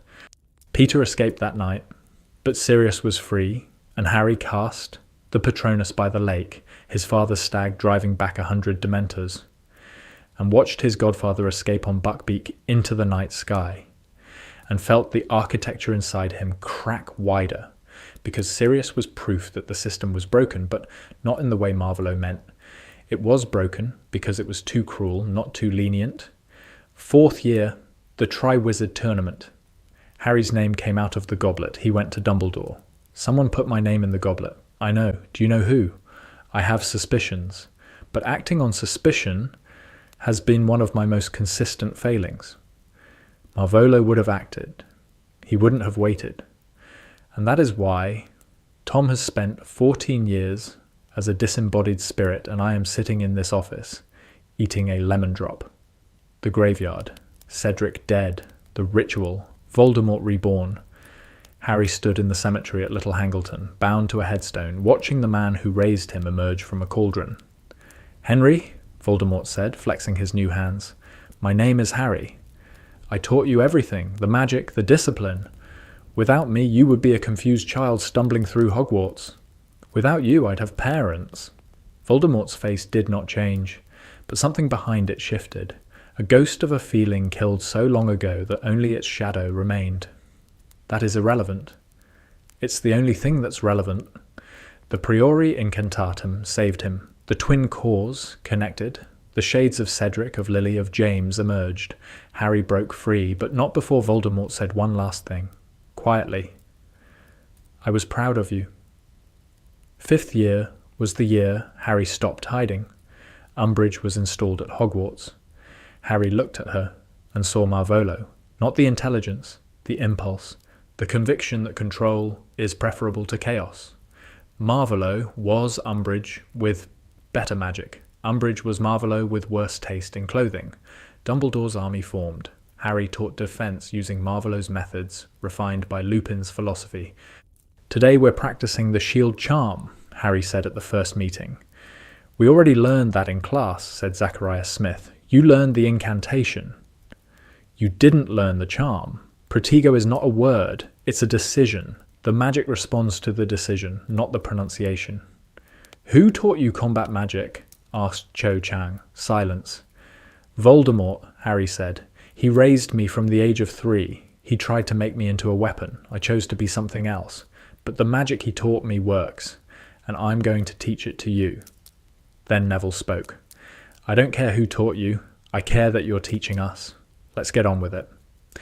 By Christmas, the DA could cast shield charms that held against 4th year jinxes. By Easter, they could produce patronesses, the Department of Mysteries, the battle. Sirius fell through the veil, and Harry watched, and the sound he made was the last wall of Marvolo's construction collapsing entirely. In the atrium, Voldemort appeared, and Harry, flooded with grief, dropped every occlumency shield and let Voldemort into his thoughts. All of them, every moment of warmth and love. Voldemort recoiled. Love burned, not the boy, the monster. 6th year.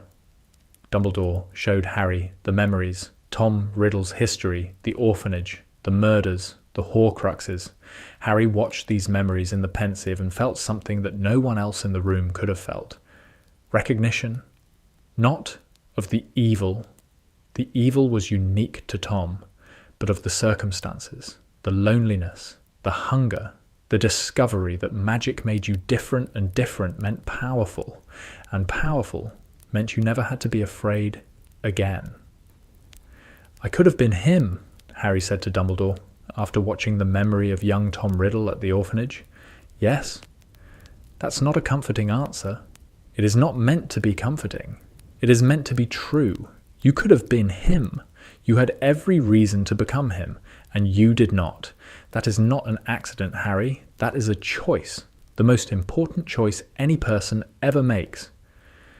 Why didn't I? What's different about me? You were loved. Before Tom took you.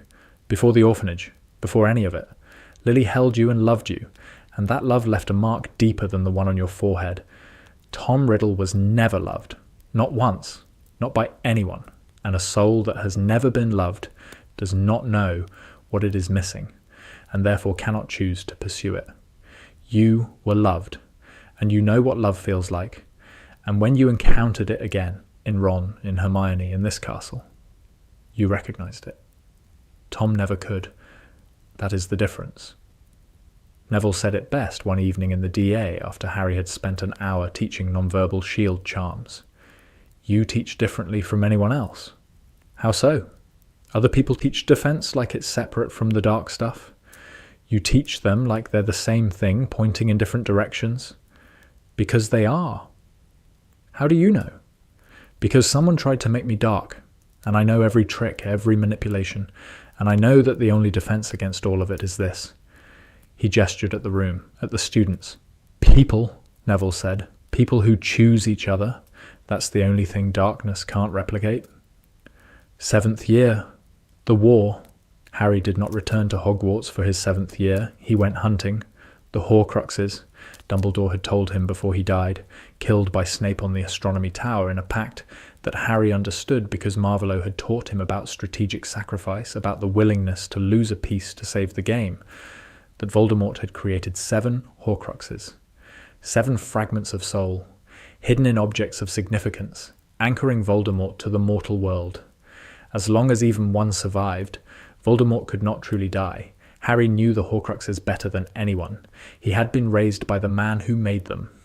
He had spent 10 years absorbing Marvolo's worldview, his obsessions, his psychology, and he knew, with a certainty that disturbed him, exactly where Voldemort would have hidden the pieces of his soul. He chose objects that represented power, Harry told Ron and Hermione, in the tent they had pitched in the Forest of Dean, rain drumming on the canvas, the air cold and damp and smelling of wet earth. Objects connected to the Hogwarts founders, Slytherin's locket, Hufflepuff's cup, Ravenclaw's diadem. He wanted his soul anchored to the history of magic itself. And the diary, Hermione said, which you destroyed in 2nd year. And the ring, which Dumbledore destroyed. That leaves the locket, the cup, the diadem, and you. And me. Ron looked at Harry. We're going to figure that part out. Ron, no, we're going to figure it out. I didn't spend 7 years learning to be your friend just to let you die because some snake-faced psychopath put a piece of his soul in your head when you were a baby. We're figuring it out. That's final. The Horcrux hunt was the hardest thing Harry had ever done. Harder than the Chamber of Secrets. Harder than the graveyard. Harder than watching Sirius fall through the veil.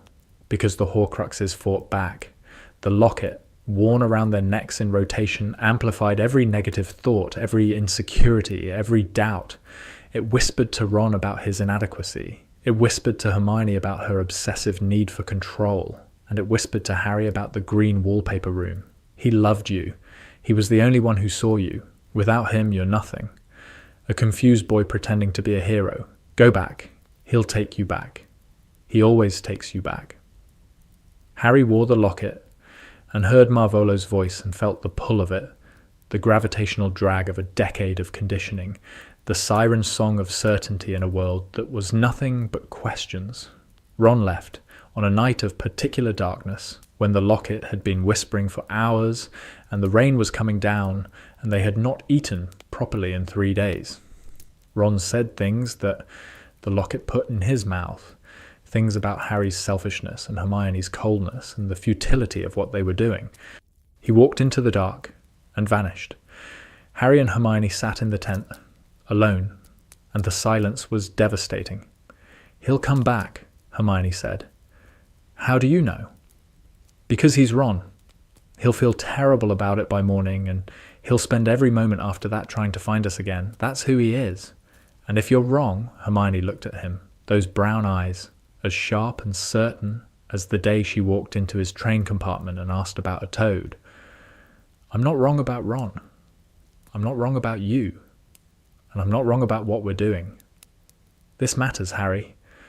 Not because of prophecies or chosen ones or any of that, because there are people out there, ordinary people, who are being hurt by the thing you grew up inside, and we can stop it. That's enough reason." Ron came back. Of course he came back. Pulled from the frozen lake a sword that glittered with rubies and destroyed the locket with a single stroke, and the Horcrux screamed as it died, and Ron looked at Harry with water dripping from his hair and his hands shaking and said, "Sorry I left. Don't be sorry. Be here. I'm here. Good." The cup was in Bellatrix Lestrange's vault at Gringotts. They rode a dragon out through the marble ceiling, into the London sky. "This is the worst plan we've ever had," Ron shouted. "This is the only plan we've ever had," Hermione shouted back. "The diadem was at Hogwarts, in the Room of Requirement. They destroyed it in fiend fire. They destroyed the cup with a basilisk fang. 5 down, 1 to go. Himself." Harry stood in the wreckage of the Room of Requirement, soot on his face, the heat of the fire still radiating from the walls, and felt the fragment of Voldemort's soul pulsing in his scar, alive, aware, frightened. It knew what was coming, the last piece, the final anchor, and it was afraid. For the first time in his life, Harry felt sympathy for the thing inside him, because it was a piece of a boy who had once been lonely and frightened and unloved, a boy who had grown up in an orphanage just like Harry, a boy who had been brilliant and damaged and utterly alone. That boy had made terrible choices, unforgivable choices. But the terror at the root of those choices, the fundamental primal terror of being alone and powerless and unloved, was something Harry understood in his bones.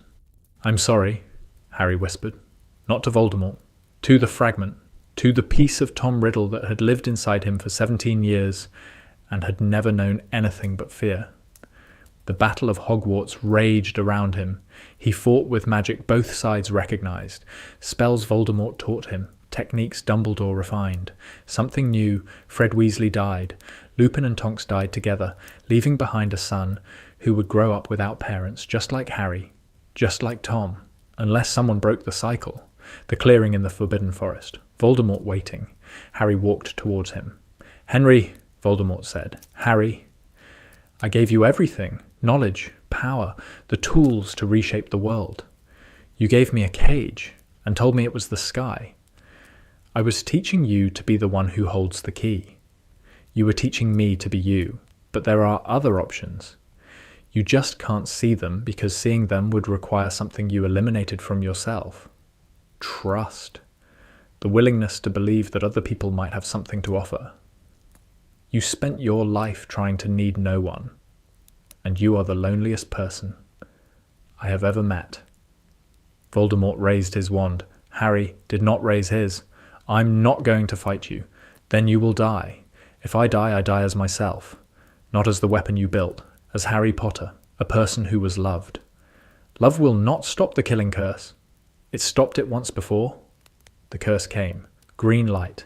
The colour of the killing curse. The colour of Harry's eyes. The colour of the room where he had learned to light candles and move feathers and believe that the world was broken. The curse struck Harry, and Harry died. and Harry came back, because the Horcrux in his scar absorbed the curse, because the fragment of Voldemort's soul, the piece that had lived inside Harry for 17 years, died instead. Because Lily Potter's love, the foundation beneath the architecture, the seed that had grown in the dark, was stronger than the killing curse, stronger than dark magic, stronger than the will of the most powerful dark wizard in history. Harry stood up. Voldemort stared. "Impossible," the Dark Lord whispered. "No," Harry said. "Just unexpected. That's the thing about people, Marvolo. We're unpredictable, even the ones you build yourself." They faced each other. The wands rose. The twin cores connected. Gold light, phoenix song. And in the space between them, in the stream of magic that linked the two wands forged from the same feather, something happened that had never happened before. The fragment of soul that Harry had carried was gone. The connection was broken. For the first time in 17 years, Harry's mind was entirely his own, clear, clean, unburdened.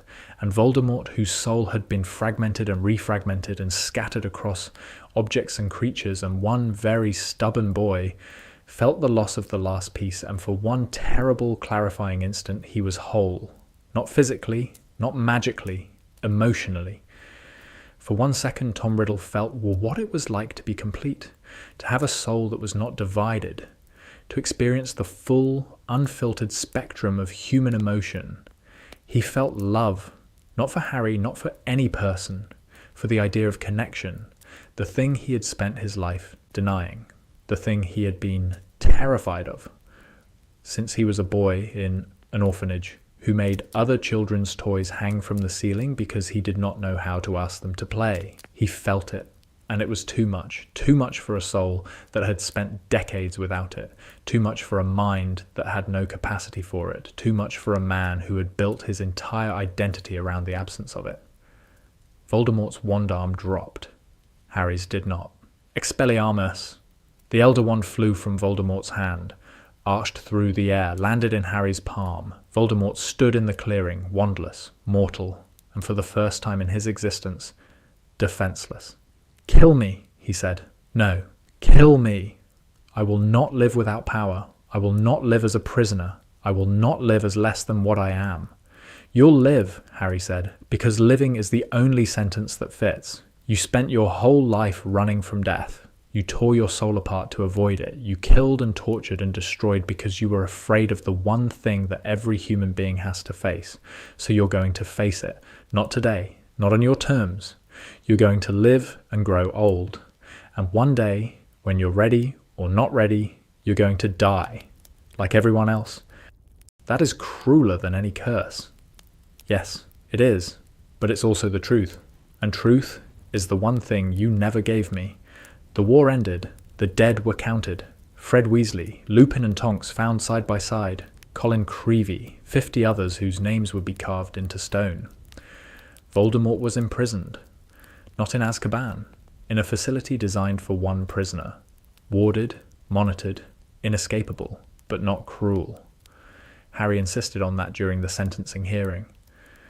"He tore his soul into pieces to avoid dying," Harry told the Wizengamot. "Killing him gives him the escape he's been seeking his entire life, an ending on someone else's terms. I'm proposing something he's never had to face, consequences that last. Let him live, let him grow old, let him experience the mortality he spent decades running from." The vote was close, 31 to 29. Life, imprisonment. "Why books?" Ron asked, when Harry specified the terms of confinement. "He gets unlimited books." Knowledge was the only thing he ever genuinely cared about. Taking that away would be punishment for punishment's sake. That's not justice. That's revenge. What's wrong with a little revenge after everything he did? Nothing's wrong with wanting it. But building a justice system on it is how you end up with Azkaban. And Azkaban is how you end up with Sirius spending 12 years in prison for something he didn't do. Ron was quiet for a moment. Then, "Fair point." Harry married Ginny Weasley on a Saturday in October in the orchard behind the burrow, under leaves turning gold. George gave a toast that started funny and ended with him staring at the empty chair where Fred should have been sitting. Ginny understood Harry because she had spent her first year at Hogwarts under a different piece of Voldemort's soul. She knew what it felt like to have someone else's thoughts in your head. They had children: James Sirius, Lily Luna, Albus Severus. Severus? Ron said. You named your child after Snape? Snape understood what it was like to be caught between two sides. He died protecting students who hated him. He was horrible to us. People contain multitudes, Ron. Harry never visited Voldemort in prison. Not once. Not for 17 years. Then one evening in November, when he was 34 years old, and the world was quiet, and the children were at Hogwarts, he went. The facility was on an island, small, windswept, surrounded by waters that were charmed to be unnavigable. A single building, grey stone, functional, clean. The guards recognized him. Of course they did. They led him through corridors that smelled of salt and stone to a room with a table and 2 chairs, and a window that looked out on nothing but sky. Voldemort was brought in, older, thinner. The red eyes had faded to a dull amber. The serpentine features had softened slightly, as if the body, no longer sustained by dark magic, was slowly reverting towards something more human. He sat down across from Harry. They looked at each other. Henry, Voldemort said. Harry. A long pause, the kind of pause that contains 17 years of silence. Why are you here? Voldemort asked. I don't know. That is not an answer. It's the honest answer. I've been asking myself for a week. I don't have a reason. I just felt it was time. Voldemort studied him, those faded eyes still sharp, still analytical, still processing the world in terms of patterns and probabilities and strategic advantage. You look old, Voldemort said. I'm 34. Old for someone who was 3 the last time I saw him properly? You saw me at the battle. That was not seeing, that was a confrontation. I am speaking of the last time I actually looked at you, watched you. In the study, you were practicing wandless levitation, a teacup. You lifted it 3 inches and held it for 11 seconds. I remember because I counted. Harry felt something move in his chest. Not warmth, not grief, something between the two, something that had been waiting for 17 years to be felt and was now, finally, being allowed. I have children, Harry said. I know, the guards talk. 3, James, Albus, and Lily, named after your parents, named after people who loved me. Voldemort was quiet. His hands, resting on the table, were still. The long, thin fingers that had held the U-wand, that had cast the killing curse, that had pointed at a 3-year-old and said, again. Those hands were still. Have you read anything interesting? Harry asked. Voldemort looked at him, and on his face, for one instant, there was something that Harry had never seen there before. Not warmth, not love, nothing so human, but surprise. Genuine, unguarded surprise, the kind that only appears when someone does something you did not predict. Muggle philosophy, Voldemort said. Kierkegaard, a man who believed that the fundamental condition of human existence is anxiety. I find him tedious and occasionally correct. High praise. The highest I am capable of giving to a non-magical thinker. Another pause. Longer this time. I am not sorry for what I did to you, Voldemort said. I am incapable of the kind of remorse you would consider genuine. But I want you to know that the pride was real, when you solved problems faster than I expected. When you performed magic that astonished me. The pride was real. I know, Harry said. That's part of what made it so confusing. Are you looking for closure? I don't think closure exists. I think it's something people invented to make the absence of resolution feel intentional. That is a remarkably sophisticated position for a Gryffindor. I was raised by a Slytherin. For 1 second, 1 single second, something moved across Voldemort's face that might, in a different man, have been a smile. Then it was gone, and the mask was back, and the room was quiet. Harry stood. Goodbye, Marvolo. Goodbye, Harry. He walked out of the prison and into the November wind. and did not look back. At home, late that night, with Ginny asleep upstairs and the house creaking the way old houses do, Harry sat in his study and lit a candle. Without a wand, just with his will, just with the technique a pale man in a high-backed chair had taught him when he was 3 years old, the flame appeared, small, golden, steady, the simplest magic in the world, the first magic he had ever performed. And he watched the flame, and he remembered, and he did not hate the man who made him. He did not forgive him either. He simply understood him, which was perhaps the most powerful thing of all, because understanding someone who hurt you without excusing them, without forgiving them, without pretending the hurt didn't happen, is the hardest thing a human being can do. It requires holding two truths simultaneously. This person damaged me, and this person is a person.